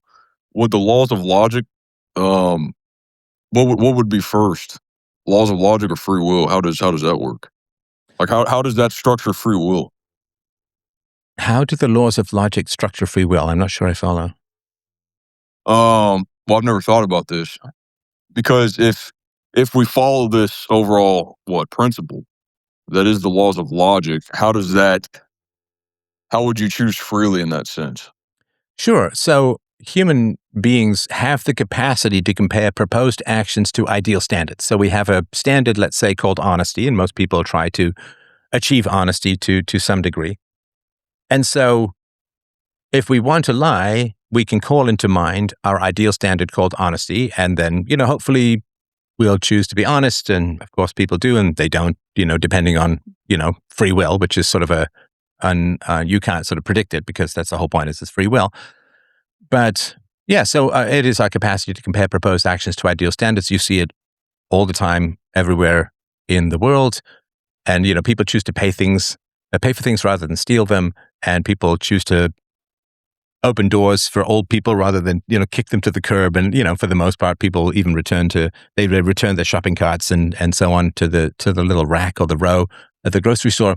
So yeah, free will is our ability to compare proposed actions, things we could or could not do, to ideal standards and see if and what we focus on. Hopefully, if we focus on the ideal standards, we're more likely to do the right thing. If we focus on, greed or hedonism or some sort of subjective thing, then we're more likely to do the wrong thing. How that fits into the realm of logic, I'm not quite sure I understand the question, but and we'll do one or two more because we got a bunch of people waiting, and I really appreciate the convo. Yeah, no, that's I've never thought of that about the laws of logic and free will. Like not in a um uh not looking through a theological lens. Um but you said are you a moral realist? Because you're holding to some standard we ought to follow.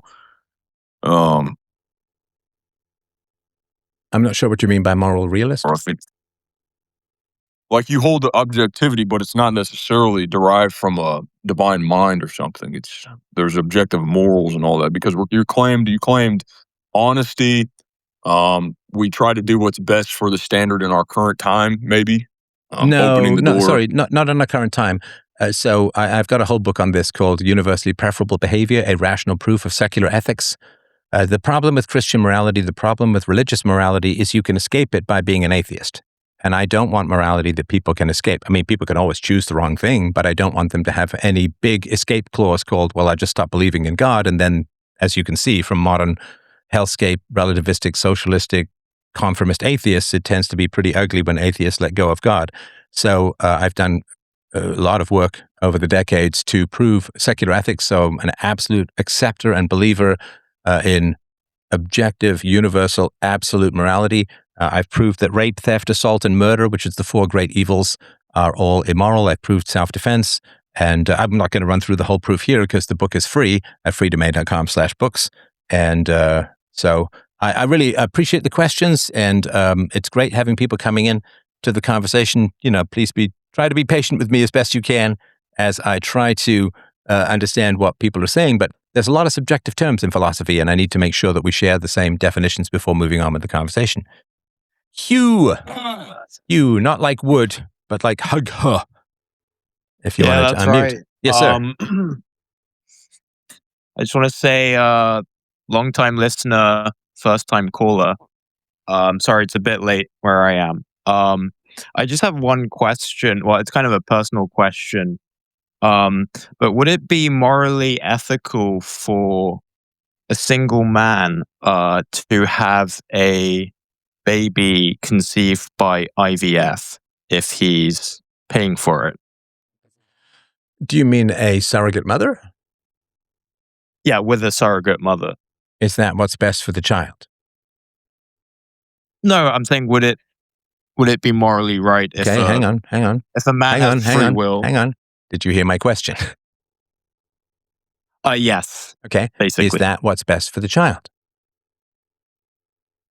I'm not sure. Well, for me, I think it would be wrong because I think a child would need at least two parents, right? Man and woman, preferably. Okay, so without a doubt, a two-parent household is the best and safest place for a child to grow up in. If a child is conceived through IVF, does that mean that the mother is paid to bring the child to term, and then the child is taken away from the mother based upon some pre-existing contract? Is that what you mean? Yeah, something like that. Okay. Yeah. Does a mother have the right to sell a human being? Yes, that's also a question I have. I'm sorry, I asked the question though. Does anyone have the right to sell another human being? Well, that would be slavery. I think so. But So if people don't have the right to sell human beings, then the IVF question would be immoral, right? okay, then how come it's legal? Right. What are you talking about? There's tons of stuff that's immoral that's legal, tons of stuff that's moral that's illegal. So, I mean, because the law serves power, the law doesn't serve virtue. Yeah. Okay. Yeah. So also, it's quite interesting. How would you deal with a mother who's had a panic attack and the whole family brushes off like nothing happened? Hang on. You're being a little sneaky. What did you say to me at the beginning of the conversation?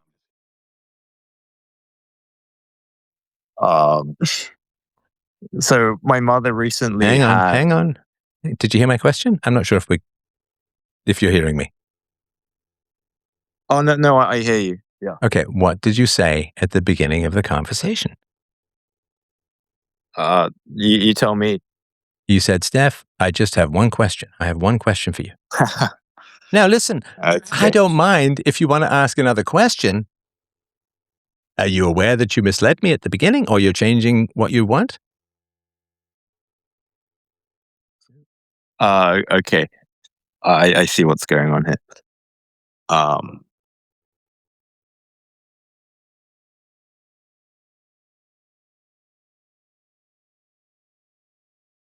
mean, if you say, Steph, I know I said I had one question. Do you mind if I ask another one?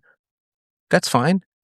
But to ask another question after saying you only have one question puts me in a bit of an awkward position, right? Because you told me you had one question. And listen, you're welcome. The last guy had a bunch of questions, so you're welcome to have more questions. But it puts me in an awkward position if you say, Steph, I have one question, and then without any reference to that, you start asking me what sounds like another deep and complicated question, right? Because what am I supposed to say? Am I supposed to pretend that you didn't say you wanted one question? Then I look kind of weak. If I call you out on it, I look kind of petty. Like, it's just kind of an awkward situation to be in, if that makes sense.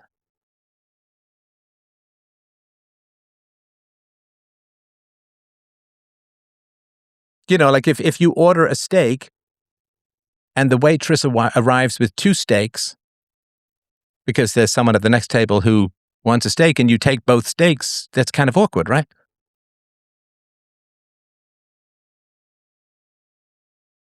Oh, he's gone.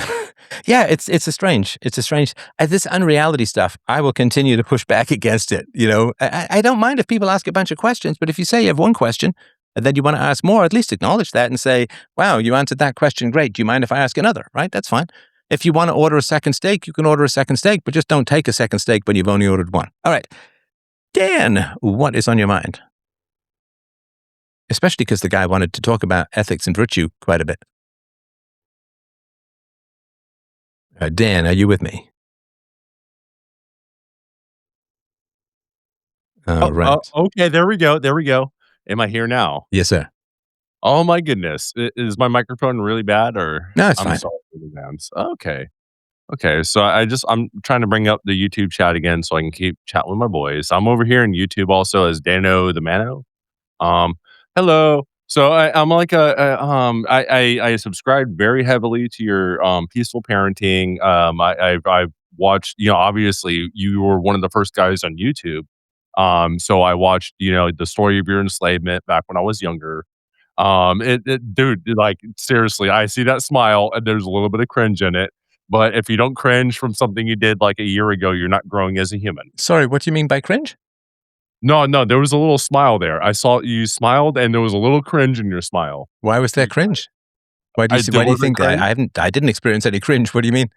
You didn't? Okay. Sorry, Well, but maybe what is cringe about the story of your enslavement? Is a no, there was magnificent piece nothing of work. cringe. Dude, that's a fucking masterpiece, Yeah, honestly. so I don't get the cringe thing. I know, so what I wanted to really get at here was, we were having a, Hang on. I still don't get the cringe thing. no, because you look like you were cringing a little bit. There was a little bit of a, "Ooh," like you kind of smiled and But then I why saw would you it. think I was cringing? I love that. I love that. I mean, if I could do every video like that, I mean, that's Dude, my that's Bohemian beautiful. Rhapsody. It was fucking great, dude. Honestly. Was it, I don't know what it was. It might not have been cringe. It might Okay, have been no, I'm something. just it just seems odd Not the because point. I, That's I not don't the want I don't want people to think that I'm cringe about the story of your enslavement. I'm incredibly proud of that work, and wish I could do more of it. But I guess I've hit my Bob Dylan face, right? right, Okay, yeah. so yeah, what's your question? Yeah. So my question, I it really is for you. So I really didn't want to bring it back to this shit that you've been trudging through, kind of like these guys calling in talking about religion, right? So I wanted to bring something. You are a projection machine, my bro. What do you mean trudging through? It's an open call in. Have I expressed any Right. impatience or hostility to people who want to talk about religion? Yeah, yeah. You told this one guy to, like, stop talking or something like a second ago. But It's that's okay. not because the topic was religion.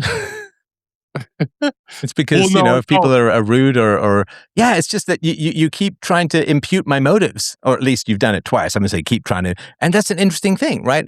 Which is, are you it trying is to interesting. you Yeah. trying to live my side of the conversation, or it's generally No, better. it's more This is like just a communications. This is just a communications tip, which is just try to live your side of the conversation, and we all do it, right? So I'm not going to pick on you or anything I'm like really that. bad But at it. okay, I'm really can we bad at that. not talk in my ear? That's what I'm saying. Like, No, stop you're talking yelling in at my me. ear. You're yelling at me. Stop talking in my ear. Maybe you didn't hear this rant earlier, but when I'm in the middle of giving something important across to the audience, don't talk in my ear. Let me finish my thought. It's really rude. I don't know where this is. Again, I'm going to keep pushing back against this until the day I die. I'm trying to explain something to you and to the audience. I'm not just talking to you. I'm talking to the world here. I'm playing for mankind, as Bob Marley says. So just in general, it's just a little tip. I'm happy to hear your question or comments. Just a little tip. Try not to live other people's side of the conversation. Try not to impugn cringe or I'm slogging through or something like that, because that's awkward. Because then again, that's not my experience. I don't experience cringe about my video, The Story of Your Enslavement. I wasn't slogging through the conversation because of its religious side. I'm happy to discuss religion with people. I just did a show on Sunday where we did 2.5 hours of religion, and that was fine. So try not, as a whole, it's probably a good idea to try not to characterize other people's experiences, especially if you get them wrong, because again, it puts me in an awkward position. I want to hear your question, but I don't want people to think that I feel cringe about the story of your enslavement. And I also don't want my audience to think that they shouldn't call me up and talk about topics of religion because I consider it a slog. Do you see what I mean? Like, you're characterizing my experience of the conversation to my audience. And if I don't push back on that, then people will think, oh God, Steph's totally cringe about the story of your enslavement. And Steph finds religious conversations a slog, neither of which is true. So just as a whole, if you can stick to your side and your experiences rather than get mine wrong, I would appreciate that. But I'm happy to hear your question. No, I absolutely feel like I tried to trigger you into telling me that. But so what I really wanted to think about here, your face. Okay, no. So I See, want to know. hang on, bro. You just did it again. All I'm doing is I'm checking the time. I'm cleaning my glasses, and I have to squint a little because I can't read the screen that well because I'm almost 60. So again, you're very much jumping out of your own skin and into my experience. Hey, Hitch, Slap, I see you there. We'll get you in a sec. So again, you grew up probably with parents who overwhelmed you with their own experiences. So you're used to reading and projecting it other people's experiences. So just do your best. I'll try not to nag, but just do your best. If I'm squinting at something, it's not. Hang on. Again, you got to not talk in my ear. If I'm squinting at something, don't take it personally. It's just my eyes are old. And here's the thing: if I have the glasses on and I look around, right, then it's kind of weird looking, right? Because I don't know if you're seeing this on X, but I've got these ring lights and it reflects. So as a whole, I try to keep the glasses off, but I just needed to check the time for various reasons. So it's just a squint. Don't read anything into it, and just if you can go ahead with your question. No, yeah. Sorry, I didn't mean to do all that. So what's happening is like I'm a single dad, and so my kid comes in and out of my room, like obviously because like here I am sitting on the internet when I should be over there doing stuff. But I found it important to um come into this because I noticed the conversation happening on the YouTube chat. In that everybody is talking about so there's this weird emphasis on somebody else told you this, therefore it's true, involving the science, right? The modern day science. So every time we build a new telescope, we figure out the universe is 60 gorillion years older, right? But the every time somebody says something about the Bible or Jesus saying stuff like, well, that's sky daddy bullshit. Somebody else said that. This other guy, you're getting third or fourth hand information. And I feel that way about like the quote unquote science. I mean, if you look at the evidence in even the last 10 years, right? Remember COVID? You were there when COVID started, and you were at the protest, right? You're right across the bridge from China when China was going to roll in and they shut down the protests to them rolling in, right, with that fake virus thing. And you were like the first person to kind of blow the whistle on that COVID was happening. Yeah, sorry, just to clarify, this is I think this is in reference to my documentary on Hong Kong called Hong Kong Fight for Freedom, freedomain.com / hey, please. I'm sorry. I'm just going to give you one more. You got to fucking stop talking when I'm talking. It's really distracting. It also makes it harder for the audience to hear what I have to say. Gaining, one more shot. So yeah, this is in reference because you've got a little bit incorrect there, which is fine, but I went down to cover the anti-communist protests or the anti-China protests in Hong Kong, which I have a very soft spot for as a real bastion of freedom. And I went down there in November of 2019. So this is very shortly before COVID, but there was no COVID in the air or in the environment as yet. I did join the protests and I took my face full of tear gas and there was, I think, rubber bullets flying around or something like that. So it was, not necessarily super wise, but I was very interested and it was a very vivid experience. Now, when I came back, it was my contacts in Hong Kong who first told me, and I was one of the first media figures to talk about COVID because I had these contacts saying there's a big thing coming your way from China. It's COVID. And so I was not protesting against COVID. They were not COVID protests. They were just general anti-communist protests or anti-China protests. And so I just wanted to clarify that. But people should definitely watch the documentary. It's very good about the history of China and Hong Kong and communism. It's got some great speeches and great interviews. I interviewed the guy who wrote the entire constitution for Hong Kong, who later sadly was arrested. And not because of the interview, but so I just wanted to clarify that. But yeah, Hong Kong Fight for Freedom at freedomain.com/documentaries is free and you should check it out. So sorry, please, and if you can bring your question to a head, we got a bunch more people and we're pushing 2 hours. So if you could bring the question to a head, I'd appreciate it. No, I didn't mean to represent that or try to talk over you or anything. So, my question really is, so whenever we talk about religion, as opposed to empirical evidence, right? So our empirical evidence, our understanding is that we can observe things. Right. So there's a scientific method. you have a hypothesis, and you start doing some testing, and Okay, then we understand the scientific method. Please just get right. to the question. I'm begging you. Right. So you haven't viewed a universe being made or humans evolving from another species. There's never been an instance of macroevolution. There are microevolutions. Darwin did write about the finch beaks changing according to what kind of things they ate.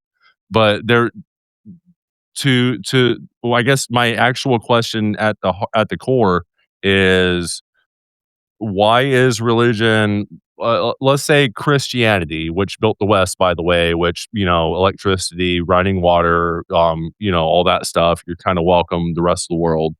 Why is that looked at so lowly in the scientific community versus a guy that every time they build a bigger telescope, they think that the universe is like a billion years older, you know? Well, tell me, what is the difference in the methodology of knowledge claims between religion and science? So what are the key differences in a knowledge claim between religion and science? So one key difference between religion and science is that science, real science, but let's get to real science. So we know Ohm's law, right? Like as in electricity, we know watts and amps and volts and ohms all Okay, like I don't relate need to each to, sorry other. to interrupt. I'm asking for the differences in methodology. So Well, that's what I'm telling you. okay, no, but I I'm need you trying to tell me explain with it. I I need you have to kind of hang a on. I weird. just need you to tell me the methodologies, not Ohm's law and specific things. Right. Well, no, I'm not telling you that. I'm not getting specific with those. That's a generality. So we know that's called law, right? Like there are certain laws of physics, right? Like gravity, we can measure gravity. We can drop Okay, I a don't, potato out of an airplane. bro.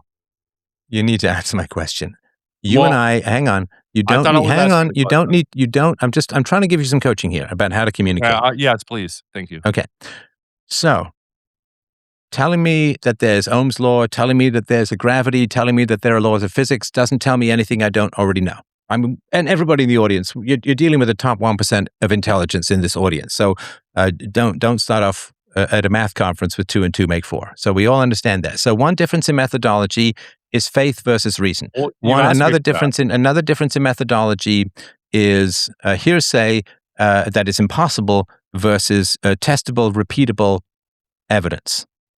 Right. And another one is credulity versus skepticism. Another one is universality versus my God is right and everyone else, all the other 10,000 gods and religions are all wrong.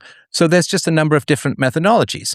One starts with, I believe this to be true, and then it just makes up justifications after the fact. The other is, I don't know what is true, and I'm going to try and find that out by having a hypothesis that is rationally consistent, which needs to be the case for science to proceed, and then its validity is determined or rejected by its adherence to empirical testing, right? So Einstein has a theory that as you get closer to the speed of light, time slows down. So they put these atomic clocks in and put them on planes going really fast. And yes, they found that a tiny sliver of a second, right? Einstein said that light would bend the starlight would bend around an eclipse.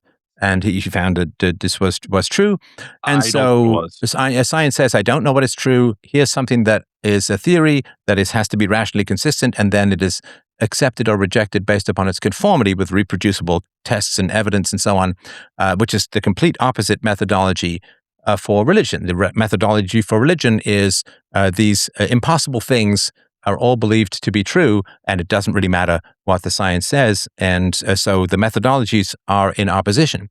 And so if you accept that reason, rational consistency, empirical evidence, and skepticism are the path towards human knowledge, then you have to put a lot of work into theorizing and studying and learning and testing and so on. Whereas if you can just sit there, fall to your knees and say, this is true, hallelujah, it's going to look a little goofy. Dude, that is beautiful, the setup that you gave me there, and I love your coaching me on how to communicate, because what you said there is very important. And so there's reproducible scenarios that you use in science, right? So we know that there are certain things we can reproduce. Like I said earlier, Ohm's law we can reproduce. There's gravitational theory we can reproduce. I mean, it's not theory; it's law now at this point, right? Laws of physics, pretty much. We can guess how fast a potato gets dropped out of an airplane or something, right? Like, Okay, so there are other things that we have not observed that have been tried to be reproduced in places that are completely anti-human, like the former Soviet Union, in China, where they've been doing animal/human hybrids for how many years now? And I hate to make that claim, like that sounds wacky, I know, but it is true. They tried to do a chimpanzee Okay, slash. oh my God. What are we Okay, talking about here? what I'm talking about is we Just can't please get to the reproduce. conclusion. We can't reproduce the points. That's very rude. We can't reproduce the point that the missing link is still missing. We can't reproduce that. There is no empirical evidence for it. Okay, so that's fine. So what you're saying is that for which there is no empirical evidence should be You viewed have with. faith. Hang on. Okay. So that for which there is no empirical evidence, we should be very skeptical about, right? Yes, and Okay, the what is the fact that empirical anybody. evidence for God? Well, if you have any faith, that means that you believe something without empirical evidence. Well, then So you believe. no, then that's nonsense, right? So then all of the No, people it's who not. believe in evolution can believe without it. You can't have a standard for science that says, well, you got to have all this empirical evidence, but the real truth is in faith. You got to have one methodology for everything. So, Monsieur Lehitch, nice to have you back. What's on your mind?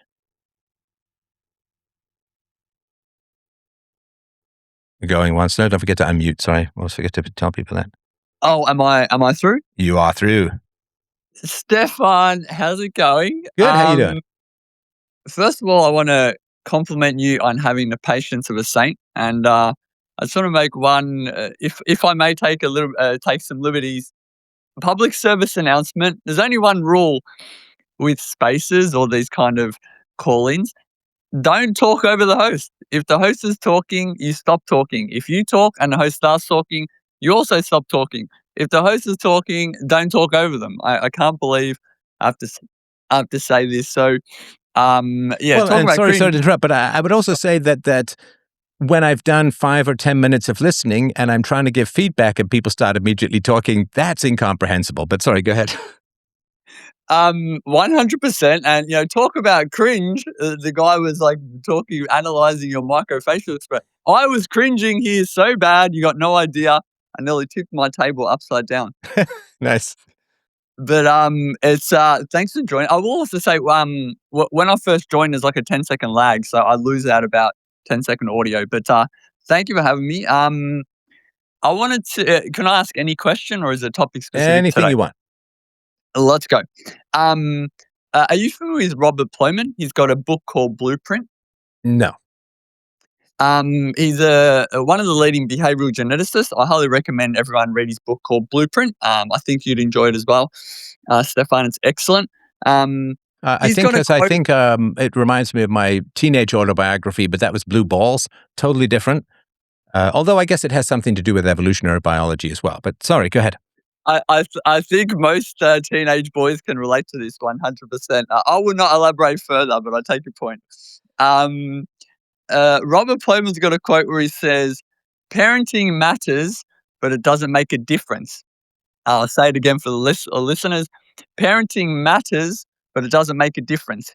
The reason he says this is, according to twin studies, especially for personality traits like the Big Five, it's also true for IQ. When you're a child, the shared environment has some measurable impact in explaining variance. But when you're an adult, the effects of the shared environments, according to twin studies, basically goes to zero. This is true for IQ. This is also true for personality. So when he has that quote, parenting matters, but it doesn't make a difference, he's largely referring to the fact the shared environment doesn't explain much variance. Most of the variance in personality traits is explained by genetics or the non-shared environment, so everything outside the home. So my question is, how important do you think parenting styles are to explaining how people turn out as adults, in particular for personality and the Big Five? Like, there's a lot of books that say, oh, you have to parent your kids this way or that way, or this parenting strategy. Do you think, do you agree with Robert Plomin that parenting matters, it doesn't make a difference, or do you have a different view? I'd love to know. Yeah, it's a great question. And certainly IQ, all you can do is damage it. you could starve some kid into sacrificing brain cells to keep their heart pumping or something like that. It's the same thing with the personality traits. If you go through severe trauma as a child, your extroverted nature might be turned introverted. Your conscientiousness might be turned through fear into a kind of jumpiness and so on. You also, if you don't feel like you have any control in your environment, conscientiousness might turn to procrastination because you can't manage or control anything. And so, for sure, you can harm through brutal or neglectful parenting. You can harm the big 5 personality traits. You can make people less than who they are, but it's really hard to make people more than who they are. And so I view it like you can break a vase, but you can't stretch a vase and make it taller or wider, at least after it's hardened. So yeah, I agree with that as a whole. I will also say, though, that the shared environment is interesting. And by that, they're talking about the siblings and the children and the home life. Again, correct me if I get anything astray. But the non-shared environment is very interesting because you have a centralized curriculum in schools and you have teachers who are hired through a very brutal filtering process to be woke communist half retards. And so you have a kind of stamp, there's this, I don't know, for me, it's a pretty vivid scene in the movie The Wall by Pink Floyd, where the children are falling into this big meat grinder and they're coming out in this sort of uniform paste or goo. It's really kind of gross. And I have somewhere in my studio here the book Weapons of Mass Distraction, which is a book about the evils of government education. So you've got this big government curriculum. You have a lot of movies that are kind of made by the same kinds of people. And so there's a lot of stimulus outside the home that is kind of copy-paste for a lot of people. And I know that the shared environment outside the home seems to have some effect. But yeah, what's inside the home, parents have less impact now than they ever did in the past. So if you were to say, let's go back, 500 years, and you look at a medieval village with, fundamentalist Christians raising their children as opposed to Inuit or some Islamic household in the middle of Persia or wherever, right? Well, those children would grow up quite different. And of course, the genetics have something to do with it. The cousin marriage might have something to do with it. But parents now have little impact on their children. And to just give you a tiny anecdote, then I'll shut up and let you tell me where I went wrong, which I'm sure I went wrong. But, when I first got into business, I worked with a guy who had 2 little kids at home, and his wife worked full-time, and they had nannies, and we were on the road 2 to 3 weeks a month sometimes, so he didn't see his kids very much. And there's not a lot of parenting that goes on these days. In the morning, the kids are all like, oh, God, get ready quickly, the bus is coming, and it's all hurried, and there's no communication, there's no wisdom, there's no easy-peasy transfer of accumulated cultural knowledge and good advice and so on. And then the parents come home at 6:30, they're tired, they've got to eat, and the kids are off doing their thing. And then after dinner, they got to clean up, and then maybe there's a little bit of bath time, and, it's just hurly-burly. And then the kids are going to bed at 9, and then there's fights about getting the kids. No parenting. There's no knowledge transfer. There's no cultural transfer, or very little. There's no moral transfer. Now, of course, I have a self-selecting audience, but for 21 years, I've been asking people who call into my show, and I've asked tons of people, like thousands of people, this question over the years: what moral lessons did your parents give you that you still find of value to this day? And almost nobody has any answer to that. So the shared environment, in terms of it being the family home, what are you doing? Well, everyone's watching the new Fallout show, and they're playing Fortnite, and they're not really interacting with their parents. So I think that the shared environment where you'd expect parenting to have a big effect, parents have less and less effect these days because they spend so little time with their children and so little unstructured time, which is where the real lessons go. Because you don't want to be the finger-wagging parent just giving lessons all the time, because your parents will tune you out. But, when you have those kind of easy, relaxed conversations and your kids say, oh, I'm having trouble with this friend or whatever it is, like, I don't feel motivated to do this assignment or something like that. Interesting questions about that as a whole. And so I would roughly guesstimate that the amount of actual parenting, particularly on weekdays, but the amount of actual parenting that goes on in the home in terms of valid, valuable moral transfers of useful wisdoms is probably not more than an hour or two a week at best. Maybe if you're driving someplace, you have those conversations. And of course, now these days, I'm sure this is maybe it's a new book, but the tablet generation, the screenagers, that's really tough too. So I think in the past there was a lot more knowledge and cultural transfer, which would have more of an effect on kids. These days, kids are raised by screens and texting and shared curriculum for which there's very little variety and so on. So I think the capacity for actual valuable parental transfers of morals and principles and wisdom and so on has diminished to the point where I can certainly see that parenting isn't having that much effect. But it's kind of like if you only diet for an hour a week, you're not going to lose any weight, if that makes sense. Perfect sense. And a couple of great points I haven't heard people mention before, 100%. One quick example, in Australia, they passed a social media ban where everybody has to ID in order to get onto any social media. Now, obviously, the government might have nefarious intentions. They might have multiple reasons for wanting this. Well, but that what might they be true of claim- every government except our glorious Australian government, who treated me with such warmth and tenderness when I was down there. But yes, every other government, but not those lovely pommies. Do you want to say a little bit about what happened when you came to Australia, only if you're comfortable? Well, yeah. I mean, let's see. The Australian government was not a huge fan of me coming to Australia.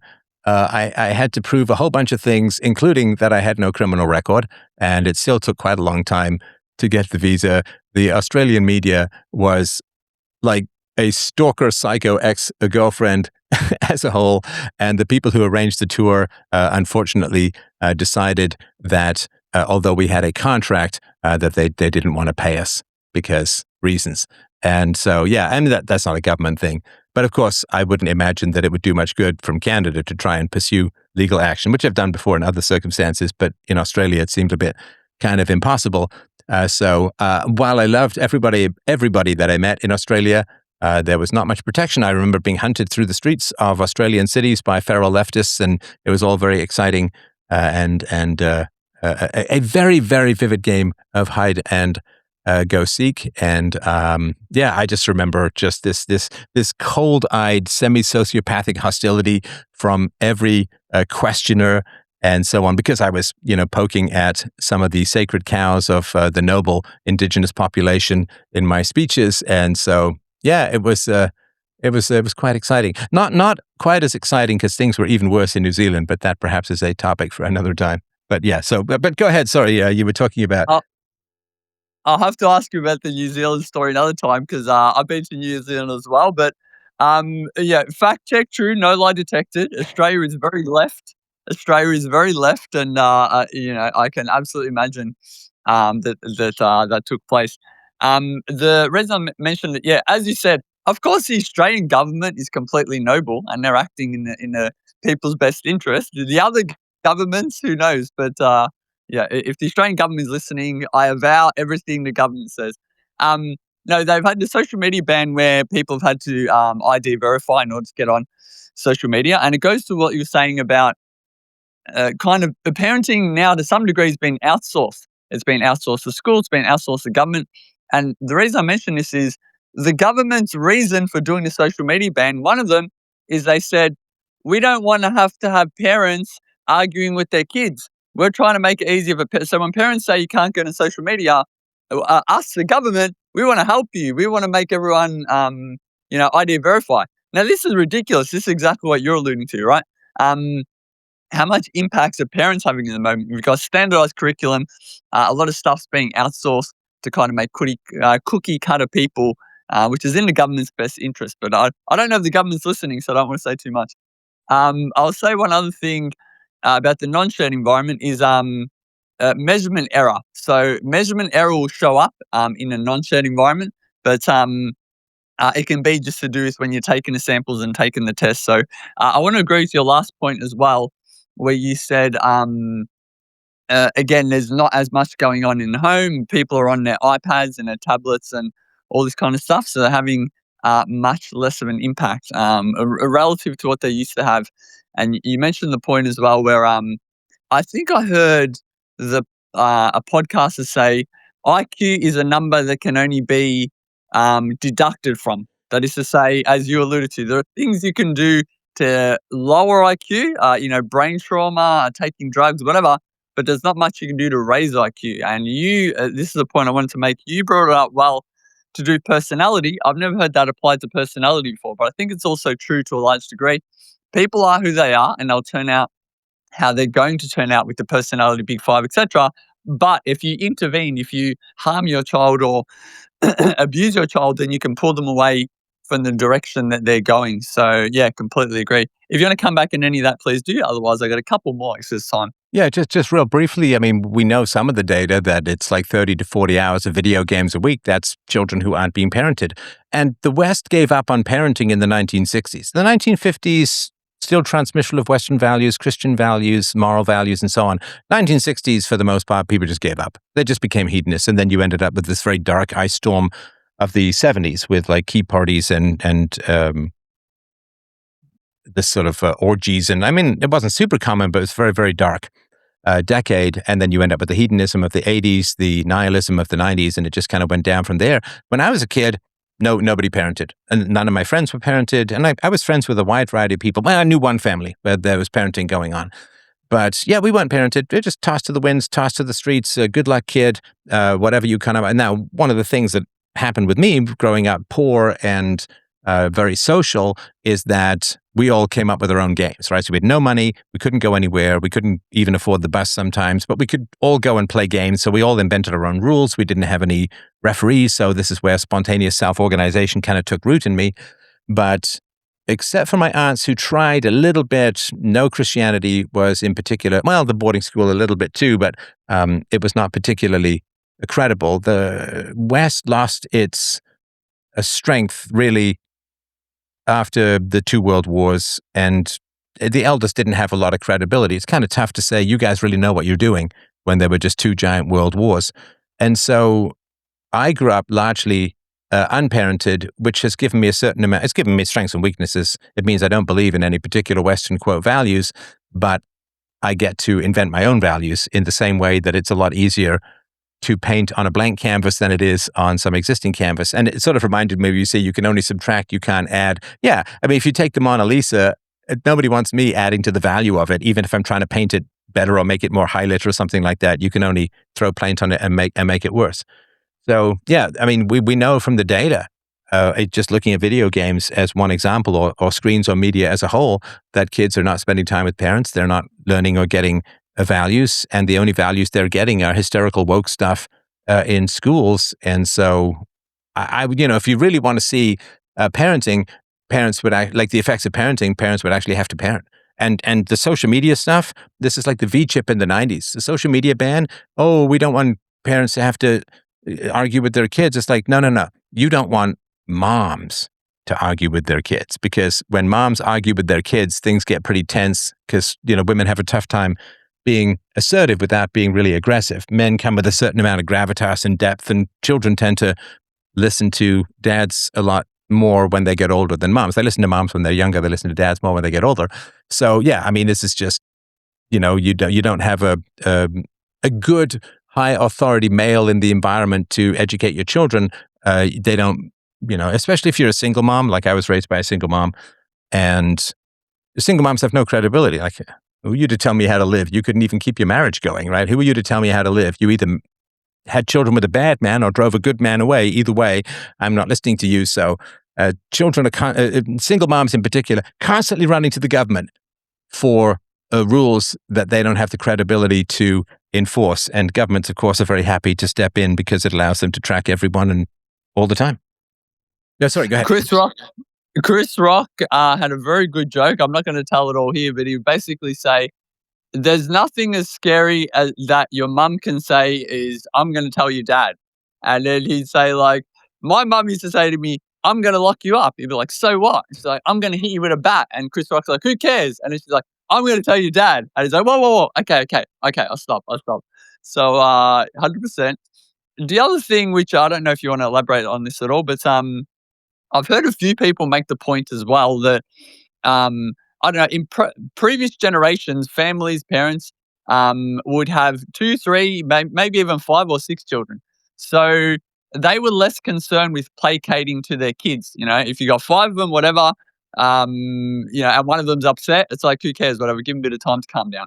Whereas a lot more families, maybe you're just having one kid. So if that one kid's upset, but you don't want to, you don't want to upset him. You don't want to get mad at you. You don't want the kid to say, "I don't love you anymore."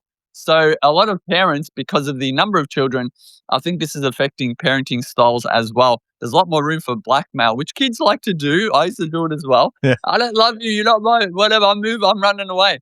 So do you think that the number of children is having a role on parenting in that manner? I think so, but I think that the bigger issue is if you want to ask your kids to listen to you, you have to have sacrificed for them.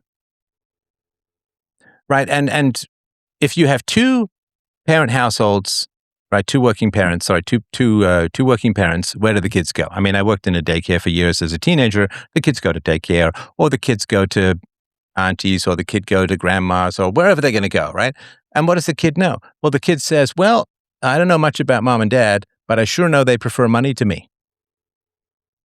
I sure know that, because, and of course, a lot of times when kids are home, they can overhear their parents, oh, I had a tough day at work, oh, blah, blah, blah, blah. It's like, so the job sucks, and you still choose it over me.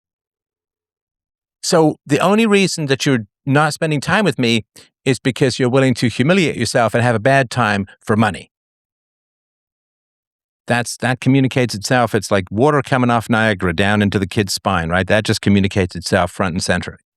And so if the parents are going to say to the kids, you should do the right thing, you should believe me, I want to have moral credibility, how believable is that to the kids if the kids were dumped in daycare after a couple of months because the parents wanted to go and chase the almighty dollar?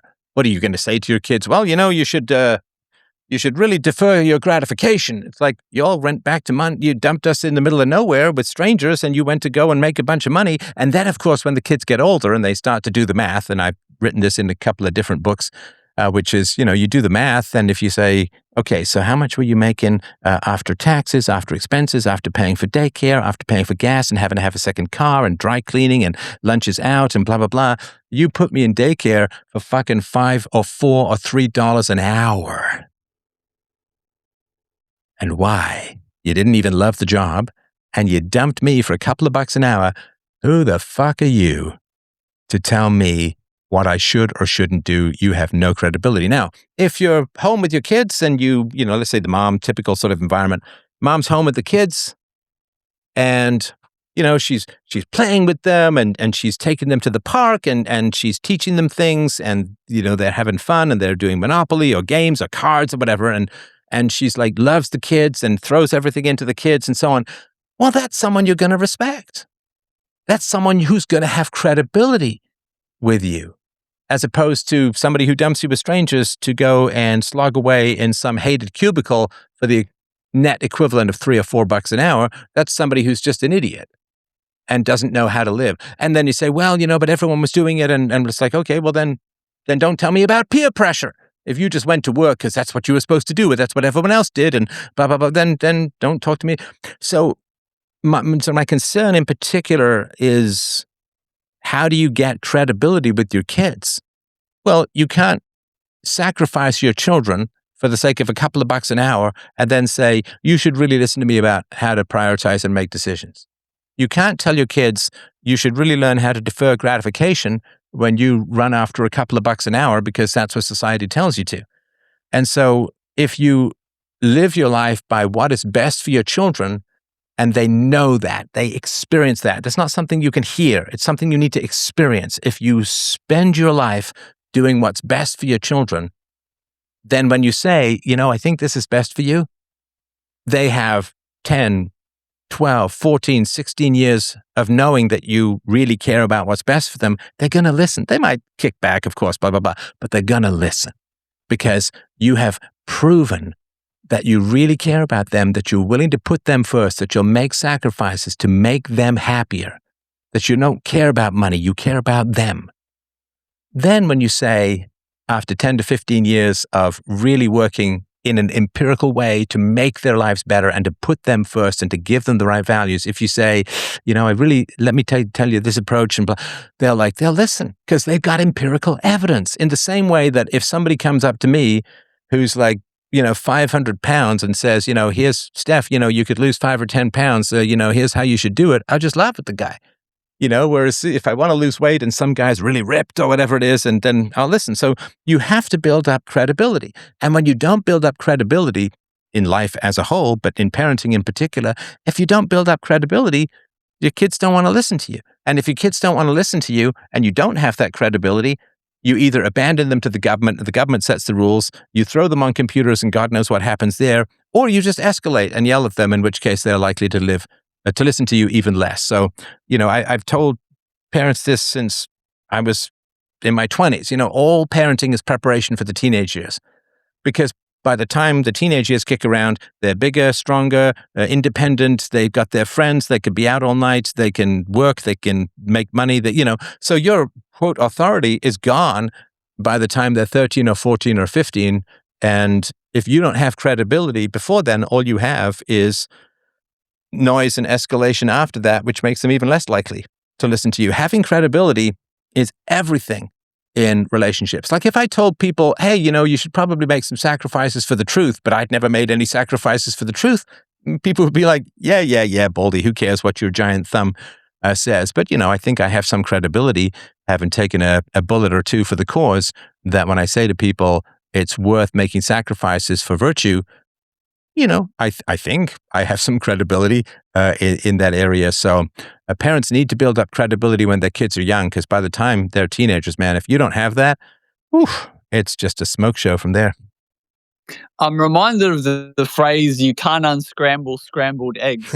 And it reminds me, Neil Strauss has got a book called The Game. There's some very strange and silly things in there, but there is one thing that stands out to me, and he says, when you start to go on a journey of self-improvement and self-development, we could think about various archetypes. Sometimes the girl that's a bit overweight or the guy that's a bit nerdy.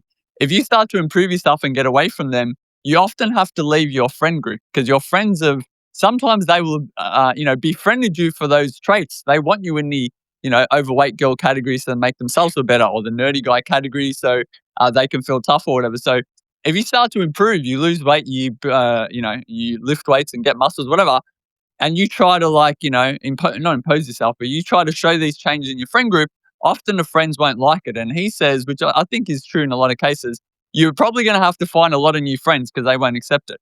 And this is also the case, and tell me if you agree with parenting, you're alluding to this as well. If you can't just be slack and be off working and not parenting your kids and then show up when you're 13, I'm going to start parenting you now. No. It's too late at that point. Is that what you're alluding to? Would you agree? Yeah, you have to have credibility with your kids. And the only way you can get credibility is to model the behavior that you want. If you want your children to listen to virtue, then you need to have modeled listening to virtue. If you want your children to think for themselves, you have to have thought for yourselves. If you want your children to think that the family is important, then you have to have lived when they're young as if the family is important. If you want your children to listen to you, you have to have listened to them. And what do children want when they're little? They want mommy and daddy. I mean, I'm sure you've seen these videos of these poor kids in these daycares, little kids, they're just standing there staring off into space. Their parents come and they burst into tears because, when you drop your kids off and they're like 6 months or a year or 18 months or 2 or 3, they think you're never coming back. They think you're in war. They think you died. They think that you're diseased. They think that there's some sort of Cossack or Genghis Khan horde riding over the horizon. It stresses the children out enormously when they're around strangers. It's not how we are designed. So if you are selfishly dumping your kids in daycare so that you can pursue the almighty $3 an hour that you're going to get net, and then you say to them, well, son, daughter, you got to listen to me because I know how to live. And because if you don't have the life that your children want, they won't listen to you on how to live. If you fight with your wife, if you're constantly tired, if you complain about your job, if you don't put your children first and there's weaknesses and this, that, and your health is bad, You have to have a life your children want in order for them to listen to you. If they look at your life and they say, I don't know what I want, and I don't want to be like that. I don't know what I want in life. I don't want that. Then if you say to kids, you should do what I say, then it's like a fat guy saying, you should eat what I eat, right? Or like anyone, if you're a parent, you say, you should eat what I eat. And if you're, fat and tired, then the kids don't want to eat what you eat. They don't want to do what you do. They don't want to be like you. And, you see these guys, you should listen to my diet and exercise program. And it's like, okay, if they're ripped and whatever, blah, blah, blah, okay, then that's a possibility. But if they're fat and sickly, then you shouldn't want to listen to their exercise program. So morality is saying, if you follow my morals, you too can be like me. And that's kind of true, right? And if I said I know something about parenting, and I did a show a week and a half ago with my daughter, which was a lot of fun, and we've done tons of shows before. If I say I know a little something about relationships, and I'm like very happily married for 24 years, and of course, we've gone through our trials in the media and all of this other kind of stuff as well. So, we've hung together. It's not been, it's been no bed of roses, no pleasure cruise. So, if I had to say to people, you should probably work out and do some weights, and I'm like flabby and fat and all of that. So if parents, you have to have a life that your children want, because all moral instruction is saying, be like me. Be like me. And if you don't want to be like your parents, they're not going to have any authority with you. You're not going to listen to any shred of morality that they provide, because either their morals are right and they haven't followed them, which is why they're miserable, in which case, why would you listen to them? Or they have followed their own morals and therefore they've ended up in a pretty sucky life with a bad marriage and a bad career and alienated kids and what a discontentedness and all of that. So yeah, and how do you show to your kids that you have a life that they should want? Well, you have to want your own life. You have to be happy with your own choices. You have to take responsibility for yourself. Nothing you want your children to do can ever come to fruition if you haven't modeled it consistently for years first. And that foundational thing, that if you want to have credibility with your kids, the first thing you have to have is a life they want. If somebody is going to say, here's my diet and exercise program, they have to have a body you want, not a body you don't want. And everybody wants the effects without the cause. Everybody wants the credibility without the admiration. Everybody wants their kids to listen to them while never thinking, do my kids want to have the life that I have? Do my kids want to have the marriage that I have? Do they want to have the job that I have? Do they want to have the family life I have? And most times the answer is no. And then what are you going to do? You can't rewind. You can't go, there's no do-overs, no mulligans with parenting. You make mistakes, you can fix things on the fly, but you can't go back and not put them in daycare at 6 or 12 or 18 or 24 months.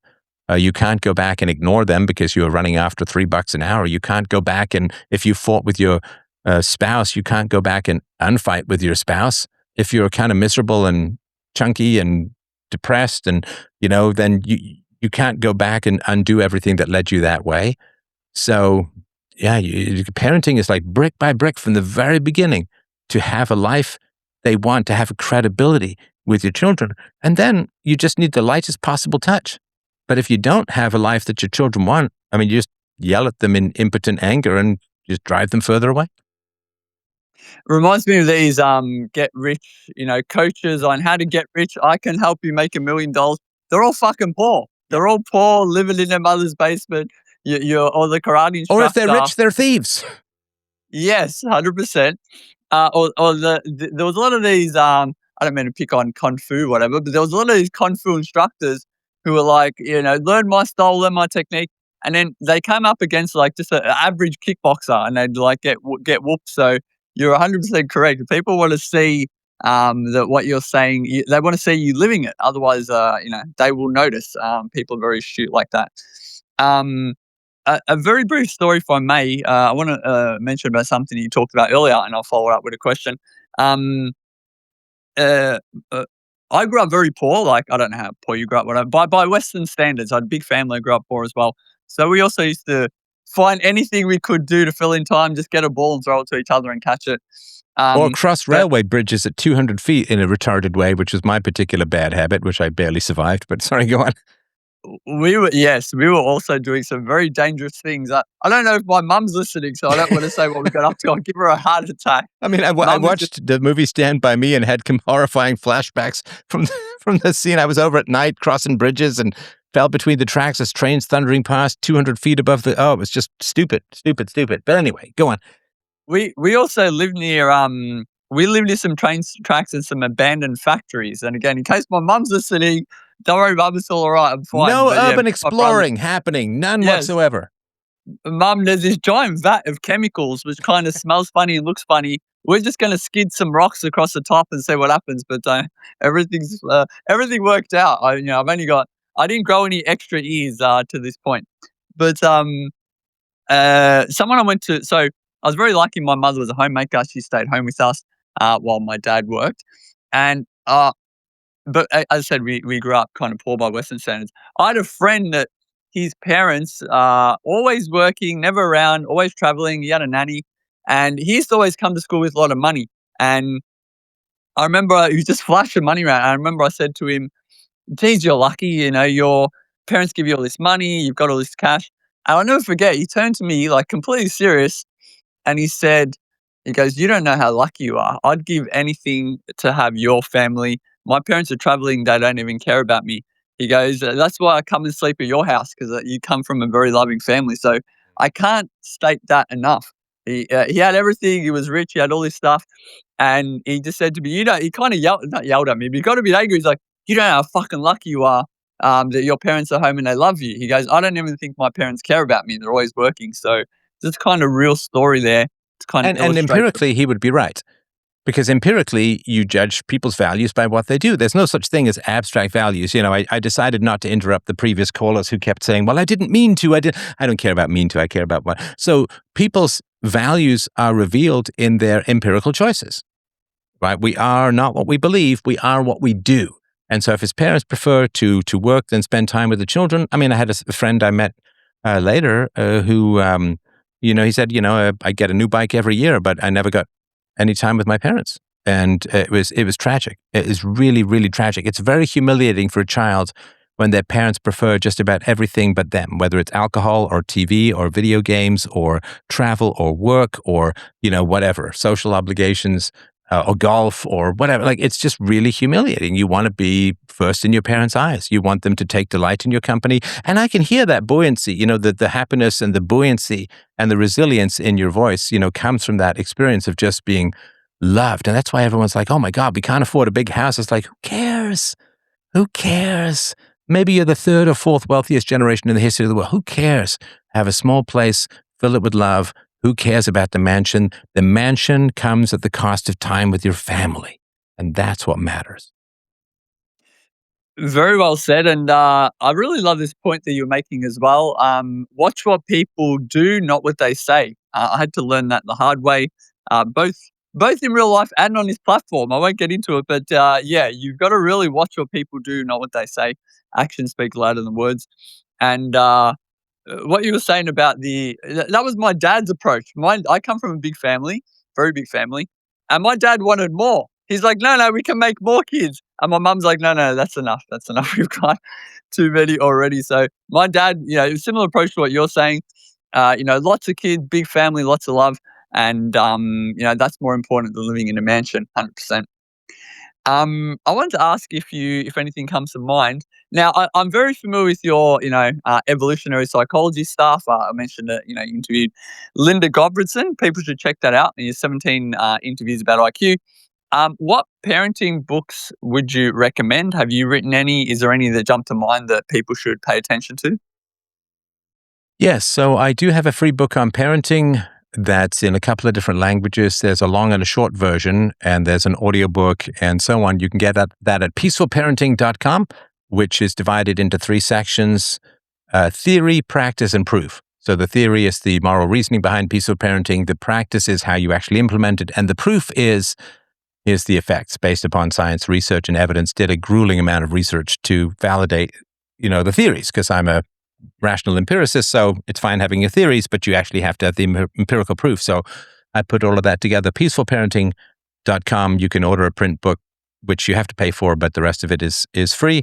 And please to distribute as much as you want. There's a Spanish version and so on. So I hope that people will check that out. As far as other parenting books go, Parent Effectiveness Training, or PET, is pretty good. None of it is philosophically consistent in the way that I work, but and I interviewed a PET, or Parent Effectiveness Training person on the show some years ago, and it's funny because out of Objectivism and Nathaniel Branden, there's not a lot of parenting stuff that comes out of that, because certainly Ayn Rand, who was the founder of Objectivism, never had any kids. But as far as self-knowledge goes and stuff that can really help with this, The Disowned Self by Nathaniel Branden, and I would also argue The Psychology of Self-Esteem is very good. And so those would be sort of self-knowledge stuff. But I obviously would recommend my book most highly. I wrote it because there was something missing in the other parenting books, which tend not to go from philosophical first principles and be absolutist in that way. And homeschooling stuff is really, really important these days. It's really, really important for parents not to imagine that school now is like it was when they were younger. School is vastly different now. And of course, I'm an older parent, so it was different for me. But, you have kids when you're 35 and you haven't been in school for 20 years. And then when your kids go to school, when you're older, then it's been 25. It's been a quarter century, and the curriculum has changed, the people have changed, and it's a whole different planet of indoctrination that's out there now. When I could just see the woke stuff coming down the tsunami pipeline, but there were still some old school people from even before the war when I was a kid. But that's all gone now. And I just do not think that the school is anything like it was when you were a kid. And I think if you have any options at all to not send them to the indoctrination camps, you should do everything in your power to avoid it. It's a great point. In Australia, we had the Safe Schools program. You'll love this, Stefan. You know all about communist programming and persuasive redefinitions where they use words incorrectly. The Safe Schools program was meant to be about anti-bullying. A lot of it had, it was canned because it had a lot of LGBT kind of what I would describe as rhetoric. And don't take my word for it. People can just go and look it up. It was widely panned by most parents. There were protests. There was a lot of stuff why people didn't like it. So they're calling it Safe Schools, but it had a lot of stuff in there which I would not describe as age appropriate. So you're absolutely spot on about the schools and how they've changed over time. Yeah, it would be kind of nice if when kids were in the single digits, people weren't telling them where dicks go. I would be a big fan of that. Like, stop talking about dicks and butts with kids. I mean, why would you even want to? I don't even like sex education in school. I think that's the parents' job. But yeah, there's a whole creepy planet of people who just can't wait to get sex talk in front of little kids. And I think that if there is to be a Mars mission, we should put them all there and send them, and maybe they can build something there out of some popsicle sticks and gum, MacGyver style. But yeah, there's the whole thing where things have just really changed. And it was kind of like when I was in my teens, there was like a lot of really creepy sex stuff in schools and STDs, and I remember just really, really gross stuff. And it's just weird. Like, why are all these people who want to talk about sex stuff with little kids? Or like, it's just bizarre to me. I mean, that's something that should be a family issue. It's a private issue. It's not something that should be in schools at all. And certainly, whether it's dicks in vaginas or dicks in butts or dicks anywhere else, like shut the fuck up about dicks when talking to kids. It shouldn't really be that complicated, and it shouldn't even be that controversial, but apparently it is these days. Not too much to ask, right? You think it would be obvious. You'd think, right? Don't mention that around kids. Yeah. You'd think it should be obvious. Peepees are for peeing. That's the only thing I want to hear about when I'm a kid. There is an age where maybe, there's an argument to be made when kids become teenagers about safe sex or whatever. But no, it's a family thing. It's a family thing. It's a church thing. It's a local virtue thing, because you don't want strangers who want to talk about sex with kids teaching your kids about sex. It's a fair point, I must admit. I I want to hear with one more, and then I feel bad because I'm taking up all the airtime, and then I'll yield back the mic. Don't feel bad. It's my choice to run the show, and I'm sorry to the people who are waiting. It's been 2 hours 40, so we'll please feel free to come back Friday night 7 p.m. But we're going to close up after our good friend, and please remember, Hitch Slap on X is the person you want to go to. That's at Hitch Slap 1, the number 1. Hitch Slap, HITCHSLAP, number 1. At Hitch Slap on X, a great guy to follow. Always fantastic, thought-provoking stuff, and I appreciate his posts every time I see them. I don't think I've seen a dud, and it's great stuff. So I just wanted to mention that, but yeah, go ahead. Very kind of you. While I'm at it, follow Stefan, notifications on, come to his spaces. Let's go. I wanted to ask you about Abigail Shriver. I believe that is her name. I hope I've got that correct. She's got a book talking about therapy, and what she basically says, I'm going to summarize it, as best I can in a couple of just 2 sentences. She says most therapy is and I'm paraphrasing, so please go and read her book and read the blurb, etc. She says basically that a lot of therapy is unnecessary, and a lot of therapy actually re-traumatizes someone unnecessarily. There's often a thing that happens with people where they will habituate. Not always, but as time passes, the wound becomes less, and time heals all wounds, etc. So, in her book, she talks about a lot of therapy is not only unnecessary, but it's harmful. Now, she's not talking about people who've been to war and have PTSD, or some people have trauma or phobias where they can't even leave the house, they get anxiety attacks. These people probably need CBT and a psychiatrist or psychologist or whatever. I guess she's talking about a lot of the therapization of society, and how therapy is pushed as needed for everyone, as a good, just go and do it. Maybe you don't even know that you need it, just go to therapy. So Abigail Shriver's got a book on that. I was just curious, do you have any thoughts on therapy, the different types of therapy? Is it good? And sometimes people need it with having phobias and stuff like that. Just anything you can say on that, I'd be very, very curious. Yeah.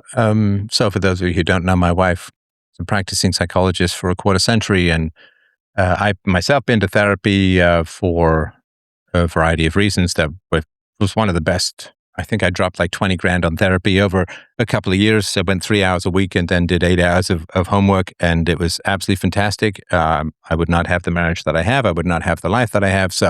And I did a show way back. I think it was somebody from the University of Warwick who was talking about that there's almost no better investment in your happiness than talk therapy if you have issues that you can't resolve, and time isn't just, do you need therapy if your father dies of old age? Probably not. That's the Hamlet question. Your father died of a father. Your father lost a father. His father lost a father. Like, it's part of the natural cycle of things. Do you need to go to therapy when your dog dies of old age? Probably not. As a whole, there are natural shocks and challenges in life as a whole that I think we should accept, and we can't sort of just wave them away. And there's no particular cure for some of the inevitable unhappiness in life. Do I need therapy because I'm aging? No. Because it beats the alternative, right? So I think that it definitely can get that way. Do you need therapy because the media is constantly telling you that the world is about to end? Well, I don't think so. I think maybe you should consume less media, and you should stay away from the doom scrolling and all of that kind of stuff. So there's things you can do to measure that. So the therapy can be enormously valuable. It can be enormously helpful. But I think for a lot of people, if you have dysfunctional relationships around you, and most people do, because most people are propagandized, most people don't think for themselves, most people prefer to talk about virtue rather than be virtuous. It's called virtue signaling. Most people are conformists, pretending to be individualists. So there's a lot of dysfunction around in the world. Before you inevitably say, or anyone inevitably says, I have a mental health issue, make sure you're not surrounded by crazy, vain, stupid, corrupt, immoral people, or any combination of the above. Like, before you say, I have social anxiety disorder, make sure you don't have APD, which is asshole proximity disorder. You're just surrounded by assholes, people who are cruel or mean or intolerant or put you down in social situations or drink too much or whatever it is, right? So a lot of times our unhappiness comes from having corrupt people or dysfunctional people in our lives, people who lie, people who manipulate, people who are vain, people who you can't correct, people who don't take feedback, people who are aggressive, people who don't listen, people who talk in your ear, right? So I think a lot of therapy is trying to get people to live with people who are no fun to live with, trying to fix relationships where people don't take coaching and can't improve. And a lot of times, if you want to achieve anything more than the mid, you're going to have to, as you said earlier, just leave some relationships behind. I mean, when I decided to, stake my claim at the very top of the mountain of intellectual achievement in the world, to be my aim is to be the greatest philosopher who's ever lived and ever drawn breath and ever spoken. And I know that's a crazy notion, but I don't care because I have some empirical evidence that I've done some great work. And I'm absolutely convinced that you aim as high as you can. And then wherever you land is the highest you could possibly have landed. And I don't have the vanity to say I know ahead of time what I'm capable of and what I'm not capable of, because I keep doing more things and newer things and cooler things. So that is my particular goal. Now, having had this enormous goal, and it's a goal way bigger than just being a movie star, because there are like 100 movie stars or 200 movie stars, but in terms of like the history of philosophy wanting to be number one in terms of value added and people helped, partly because of the technology. I just happen to be around when this technology comes along, which has given me a big leg up, and it's sort of an unfair competition with the past, but that's my goal. To achieve that goal, can you have people in your life who don't think you're capable of great things and achieve great things? You cannot. That is a simple fact. Your ambition ceiling, your potential ceiling is limited by the people who believe in you. I happen to have people in my life who believe in me. I believe in them. That makes things easier, and it makes them actually possible. So yeah, with regards to therapy, I think a lot of times there's a moral element that's missing, which is, and this comes a lot from women in therapy. Women are like 80% of psychologists that are going through school at the moment, which is really tragic, but nobody cares because it's just men's needs and issues that are being sacrificed. So women score much higher, as you know, in the trait agreeableness. So women want everyone to get along, right? So what happens after dinner? The men start arguing politics. The women all flee the room to go somewhere else because they don't want to be around the tension, because for women it's kind of unbearable a lot of times. It's generalities, but there's truth in these generalities. And so female therapists will often teach you, just how to get along and how to forgive and don't be so judgmental and rise above and all of that. But male therapists will often say, these are bad people and it's limiting your potential. And you shouldn't necessarily get along with them if they're holding you back or if they're not telling the truth or if they're, these kinds of things. So I think the moral element to therapy is really missing. And that's, I think, to a large degree, coming out of the government, coming out of female-centric therapy, which is about, things like self-actualization and learning how to deal with difficult people. Whereas for men, it's like, I don't care about self-actualization. I want to achieve things in the real world, not in the inner chambers of my heart.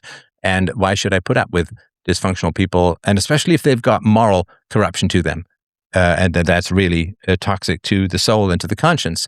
And so if a lot of people are unhappy because they're stuck in corrupt relationships and are promoting and subsidizing immorality, then psychology doesn't work much with the conscience. And the conscience, I think, is what makes people immoral. It's what makes people unhappy. And to some degree, rejecting the conscience makes them immoral.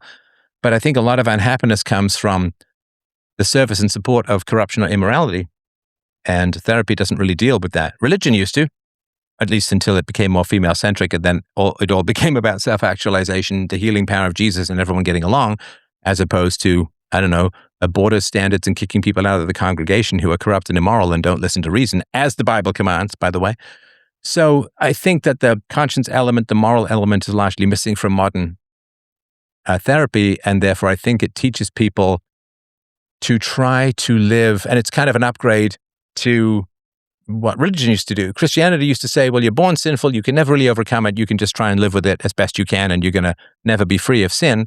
And I think modern psychology has said, they're dysfunctional people, but everyone's kind of dysfunctional, and you should just find a way to live with the people who are dysfunctional, and so on, particularly parents. That was the big taboo I crossed over in 2005, 2006. And that lack of focus on morals, that lack of focus on the conscience, and that your unhappiness might be because you are aiding and abetting corrupt and immoral people, that's not something that I see it hasn't really been around psychiatry much at all. It certainly hasn't been around psychology in the last couple of decades. And I think that does try to teach people to work with corruption and immorality rather than flee it, which means that you end up with a perpetual patient, which is good for your dollar, I guess, but bad for the world. I've been anti-therapy posting for the last month, and I've been losing a lot of followers. Now, again, just to be clear, I'm not talking about clinical psychologists and psychiatrists again. There's these kind of internet therapists who've done a bachelor in feminist dance theory, and then they do a 12-month course, and then I'm a therapist. So I've been getting a lot of views and interactions on that, which I stand by everything I've said. I love what you said about maybe I'll summarize it this way, and I'd love to know what you think. There's the expression, show me who your friends are, and I'll show you who you are. And this is very, very cogent and germane to your point about, if you surround yourself with negative people, they're going to have a negative impact on you. And maybe this is the cause of a lot of the reasons that people are unwell and unhappy. And they keep feel the like positive people away. This is like, if you have the presence of negative people in your life, it's the unseen that people need to get focused on. So, the seen versus the unseen, this is a big principle in economics, I'm sure, as you know. So if you have negative, dysfunctional people in your life, all the functional people will stay away because they know what that is and they don't want it. Like if you have a bunch of friends all coughing up blood, how many joggers want to come over and hang out with you? Or healthy people, or people who are concerned about health? No. If you have a bunch of fat people around you, the slender, healthy people probably aren't going to be in the vicinity because they want to do active things that the fat people probably can't do. And if you have a bunch of drunks around you, then do sober people want to be around you? No, because being around drunks is really boring and cringe. So it's the people who are not in your life that is the most important thing when looking at your relationships. And if you have people around you who have bad marriages, bad boyfriends, bad girlfriends, good people don't want to be around that. I had a friend when I was much younger, just soon after I was married, used to hang out, but he had increasing tensions with his wife. I sort of won't get into any particular details, but it just became progressively more uncomfortable because, they'd sort of start snapping and bickering. And I'm like, peace out, man. Like we talked to them. I talked to them a little bit and couldn't get them to change their perspective or fix things. There'd just been this bitter stuff brewing. So just stop seeing them because I don't want that around. And so if you have bad relationships or you have people around who are kind of fake or false or vain or dysfunctional or drink too much or whatever it is, eat badly, don't exercise, all of the healthy people will it's like you live in two different worlds. You're absolutely in different planes of existence, like shimmering ghosts to each other, Nicole Kidman style, right? So that who's not in your life is the key. My wife, who's wonderful and robustly healthy, couldn't be in my life if I was surrounded by dysfunctional people. She wouldn't have been. We wouldn't have been in the same orbit, or we wouldn't have dated. She would have got to meet corrupt people in my life and said, hey, you seem like a nice guy, but I'm not doing that for the rest of my life because, we were both marriage-minded at the time. So yeah, it's the people who aren't in your life that matters. You cannot get good people in your life while bad people are around you. They're like this fierce, fiery moat that nobody will cross. I love that point. And, who you keep out of your life is equally as important, if not more important, as who you let in. Jordan Peterson talks about this. People can look up the study where they do studies where they'll have a class full of kids behaving very well and they'll introduce one naughty kid. And then what happens is, do the good kids make the naughty kid act good? The answer is no. The naughty kid makes the good kids act naughty. So one bad apple spoils a bunch. And I wanted to mention one other thing, if I may. You talked about keeping people away. I'd be very curious to get your thoughts on NPD. For people who don't know, it's narcissistic personality disorder. Narcissism is a trait. Everybody needs a little bit of it, I would argue. You can have a little bit, a medium amount, or a lot.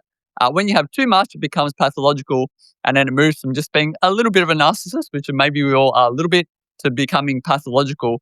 And these people will, ingrain themselves into your life and keep all the good people away, isolate you, etc. I'd just love to know any thoughts you have on NPD, Stefan. Yeah, so narcissism, I think, as a whole, it's just my amateur opinion, of course, arises out of parents who don't negotiate with children.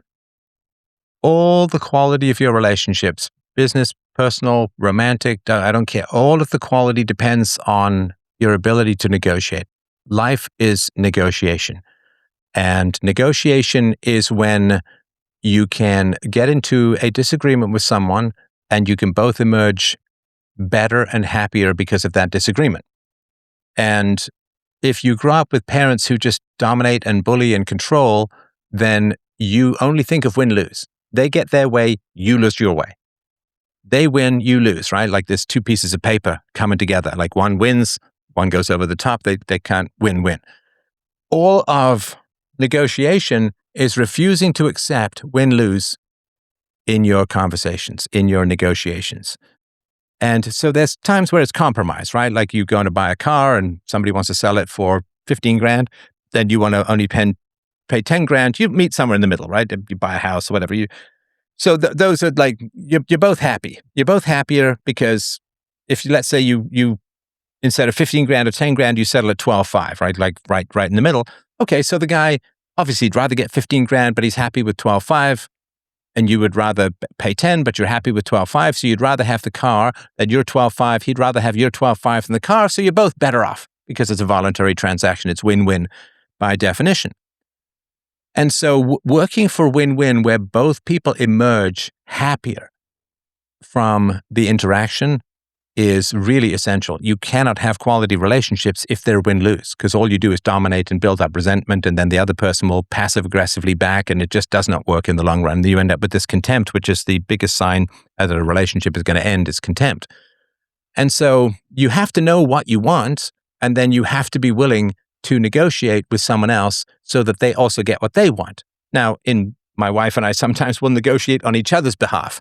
Well, I know that you really wanted to do this today, and so let's do that. And she's like, well, no, but you talked about doing this. So we're kind of almost negotiating for each other because we just really want to make sure that the other person is as happy as possible.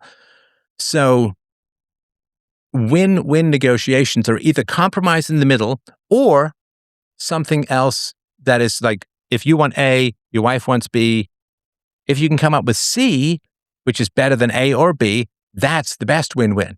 Right. So if she wants to go to the beach and you want to go to the mountains, and then you say, oh, but that band you love is also playing, let's go there. And like, oh, that's better than both. Right. So you keep looking for solutions until you either find a compromise that you're both relatively happy with, or you can come up with a third way, which is better than either of the two that you have. But that requires sensitivity, that requires curiosity, and that requires a steadfast resistance to imposing your will on someone else in an aggressive manner. Now, that's if you're dealing with friends. Yeah, you have to have that switch where if you're dealing with people who are exploiters and it's going to be win-lose, you fucking make sure they lose, right? So if it's going to be win-lose, right, like a duel, right? I mean, one of you gets to walk away and the other one doesn't, right? So you aim for win-win. This is the general principle I've talked about for decades, which is you treat people the best you can the first time you meet them. After that, you treat them as they treat you. When I met my wife, she was very thoughtful, very kind, very generous, very helpful, so that, we've been doing that now for almost a quarter century, and it just gets better and stronger for me, and I think for her every day. If you are in situations of win-lose, then you want to make sure that the other person loses. And this doesn't have to be hostile. It can be like if you're trying to get a job, you want to make sure that nobody else gets that job and only you get the job and they're doing the same thing. But that's people you don't have a longer-term relationship with. Any long-term relationship is absolutely determined by the other person's enjoyment of that relationship. And that means that they also have to get what they want and not just what you want. And so, there's this gentle parenting where you just defer to what the kid wants. That I think breeds a kind of narcissism because the kid has to grow. Babies were born with only our own needs in mind, right? We cry because we're hungry. We cry because we need to diaper change, and we don't care about our parents' needs directly. I mean, obviously they want our signals. So we're all born selfish. That's fine. That's perfectly healthy. Part of parenting is to remind your kids that other people have needs too, and they should work to make other people happy, right? This whole thing that's going on in the dating world these days where women are like, well, men don't want to commit and blah, blah, blah. It's like, have you tried, I don't know, asking men what they want and providing it? that's kind of, I used to be in marketing in a software company and in the high-tech field, and marketing is pretty simple. You figure out what people want and work to provide it in a cost-efficient manner. So trying to figure out what people want and how to provide it, I know what makes my wife happy. Her happiness makes me happy, so I work to provide it. Same thing with my child, same thing with people I work with. I really work to try and keep them happy. They work to try and keep me happy. It's a great thing. So negotiation is key. I think the narcissists come out of either when there's no simultaneous wants, probably the better way to put it. So I have needs, you have needs. We have to figure out whether it's simple or creative, a way that we can both get our needs met and both end up better out of the interaction, right? You've got great questions and great comments and great answers too. Hopefully the combination of our questions and comments gives something of value to both of us and also to the audience. That's win-win-win. Couldn't be better.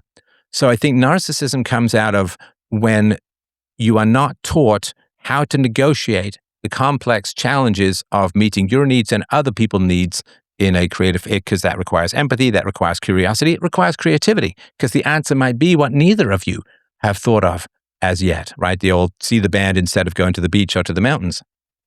So I think the narcissism comes out when you haven't had win-win negotiations growing up.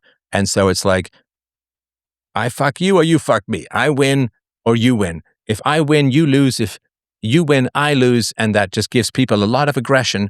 And if you grow up with cruel people or people who dominate you, you can't afford to be oversensitive to their emotions, because that just means you're going to lose all the time. When you finally flip into that place where you start benefiting in a win-win way from negotiating with people, I think that does cure it. So yeah, I think you're right. We do need the narcissism if it's going to be win-lose, because someone else is escalating and someone else is hostile. I've done this in the business world. I've done this in the podcasting world. I've done this at points in my life where it's like, oh, okay, if we're going to fight, then I'm going to win. And people, it's almost kind of surprising because British people are kind of like that, where we're really nice until we're not, and then we're really not nice at all. So I'm very accommodating and very positive and pleasant. If there is a fight, though, man, like the Anglo-Saxon primitive in me comes out, and it's like, okay, if we're going to dance, I'm going to lead, and you're going to lay down. So yeah, I think if people grow up with that win-win and they being sensitive to other people's needs and preferences turns into a positive thing, I think that diminishes the narcissism that we're all born with over time. But if you're in win-lose, man, you can't afford empathy, and it's basically, I have to win at your expense because the only alternative is for you to win at my expense, and no living organism could stand for that for too long.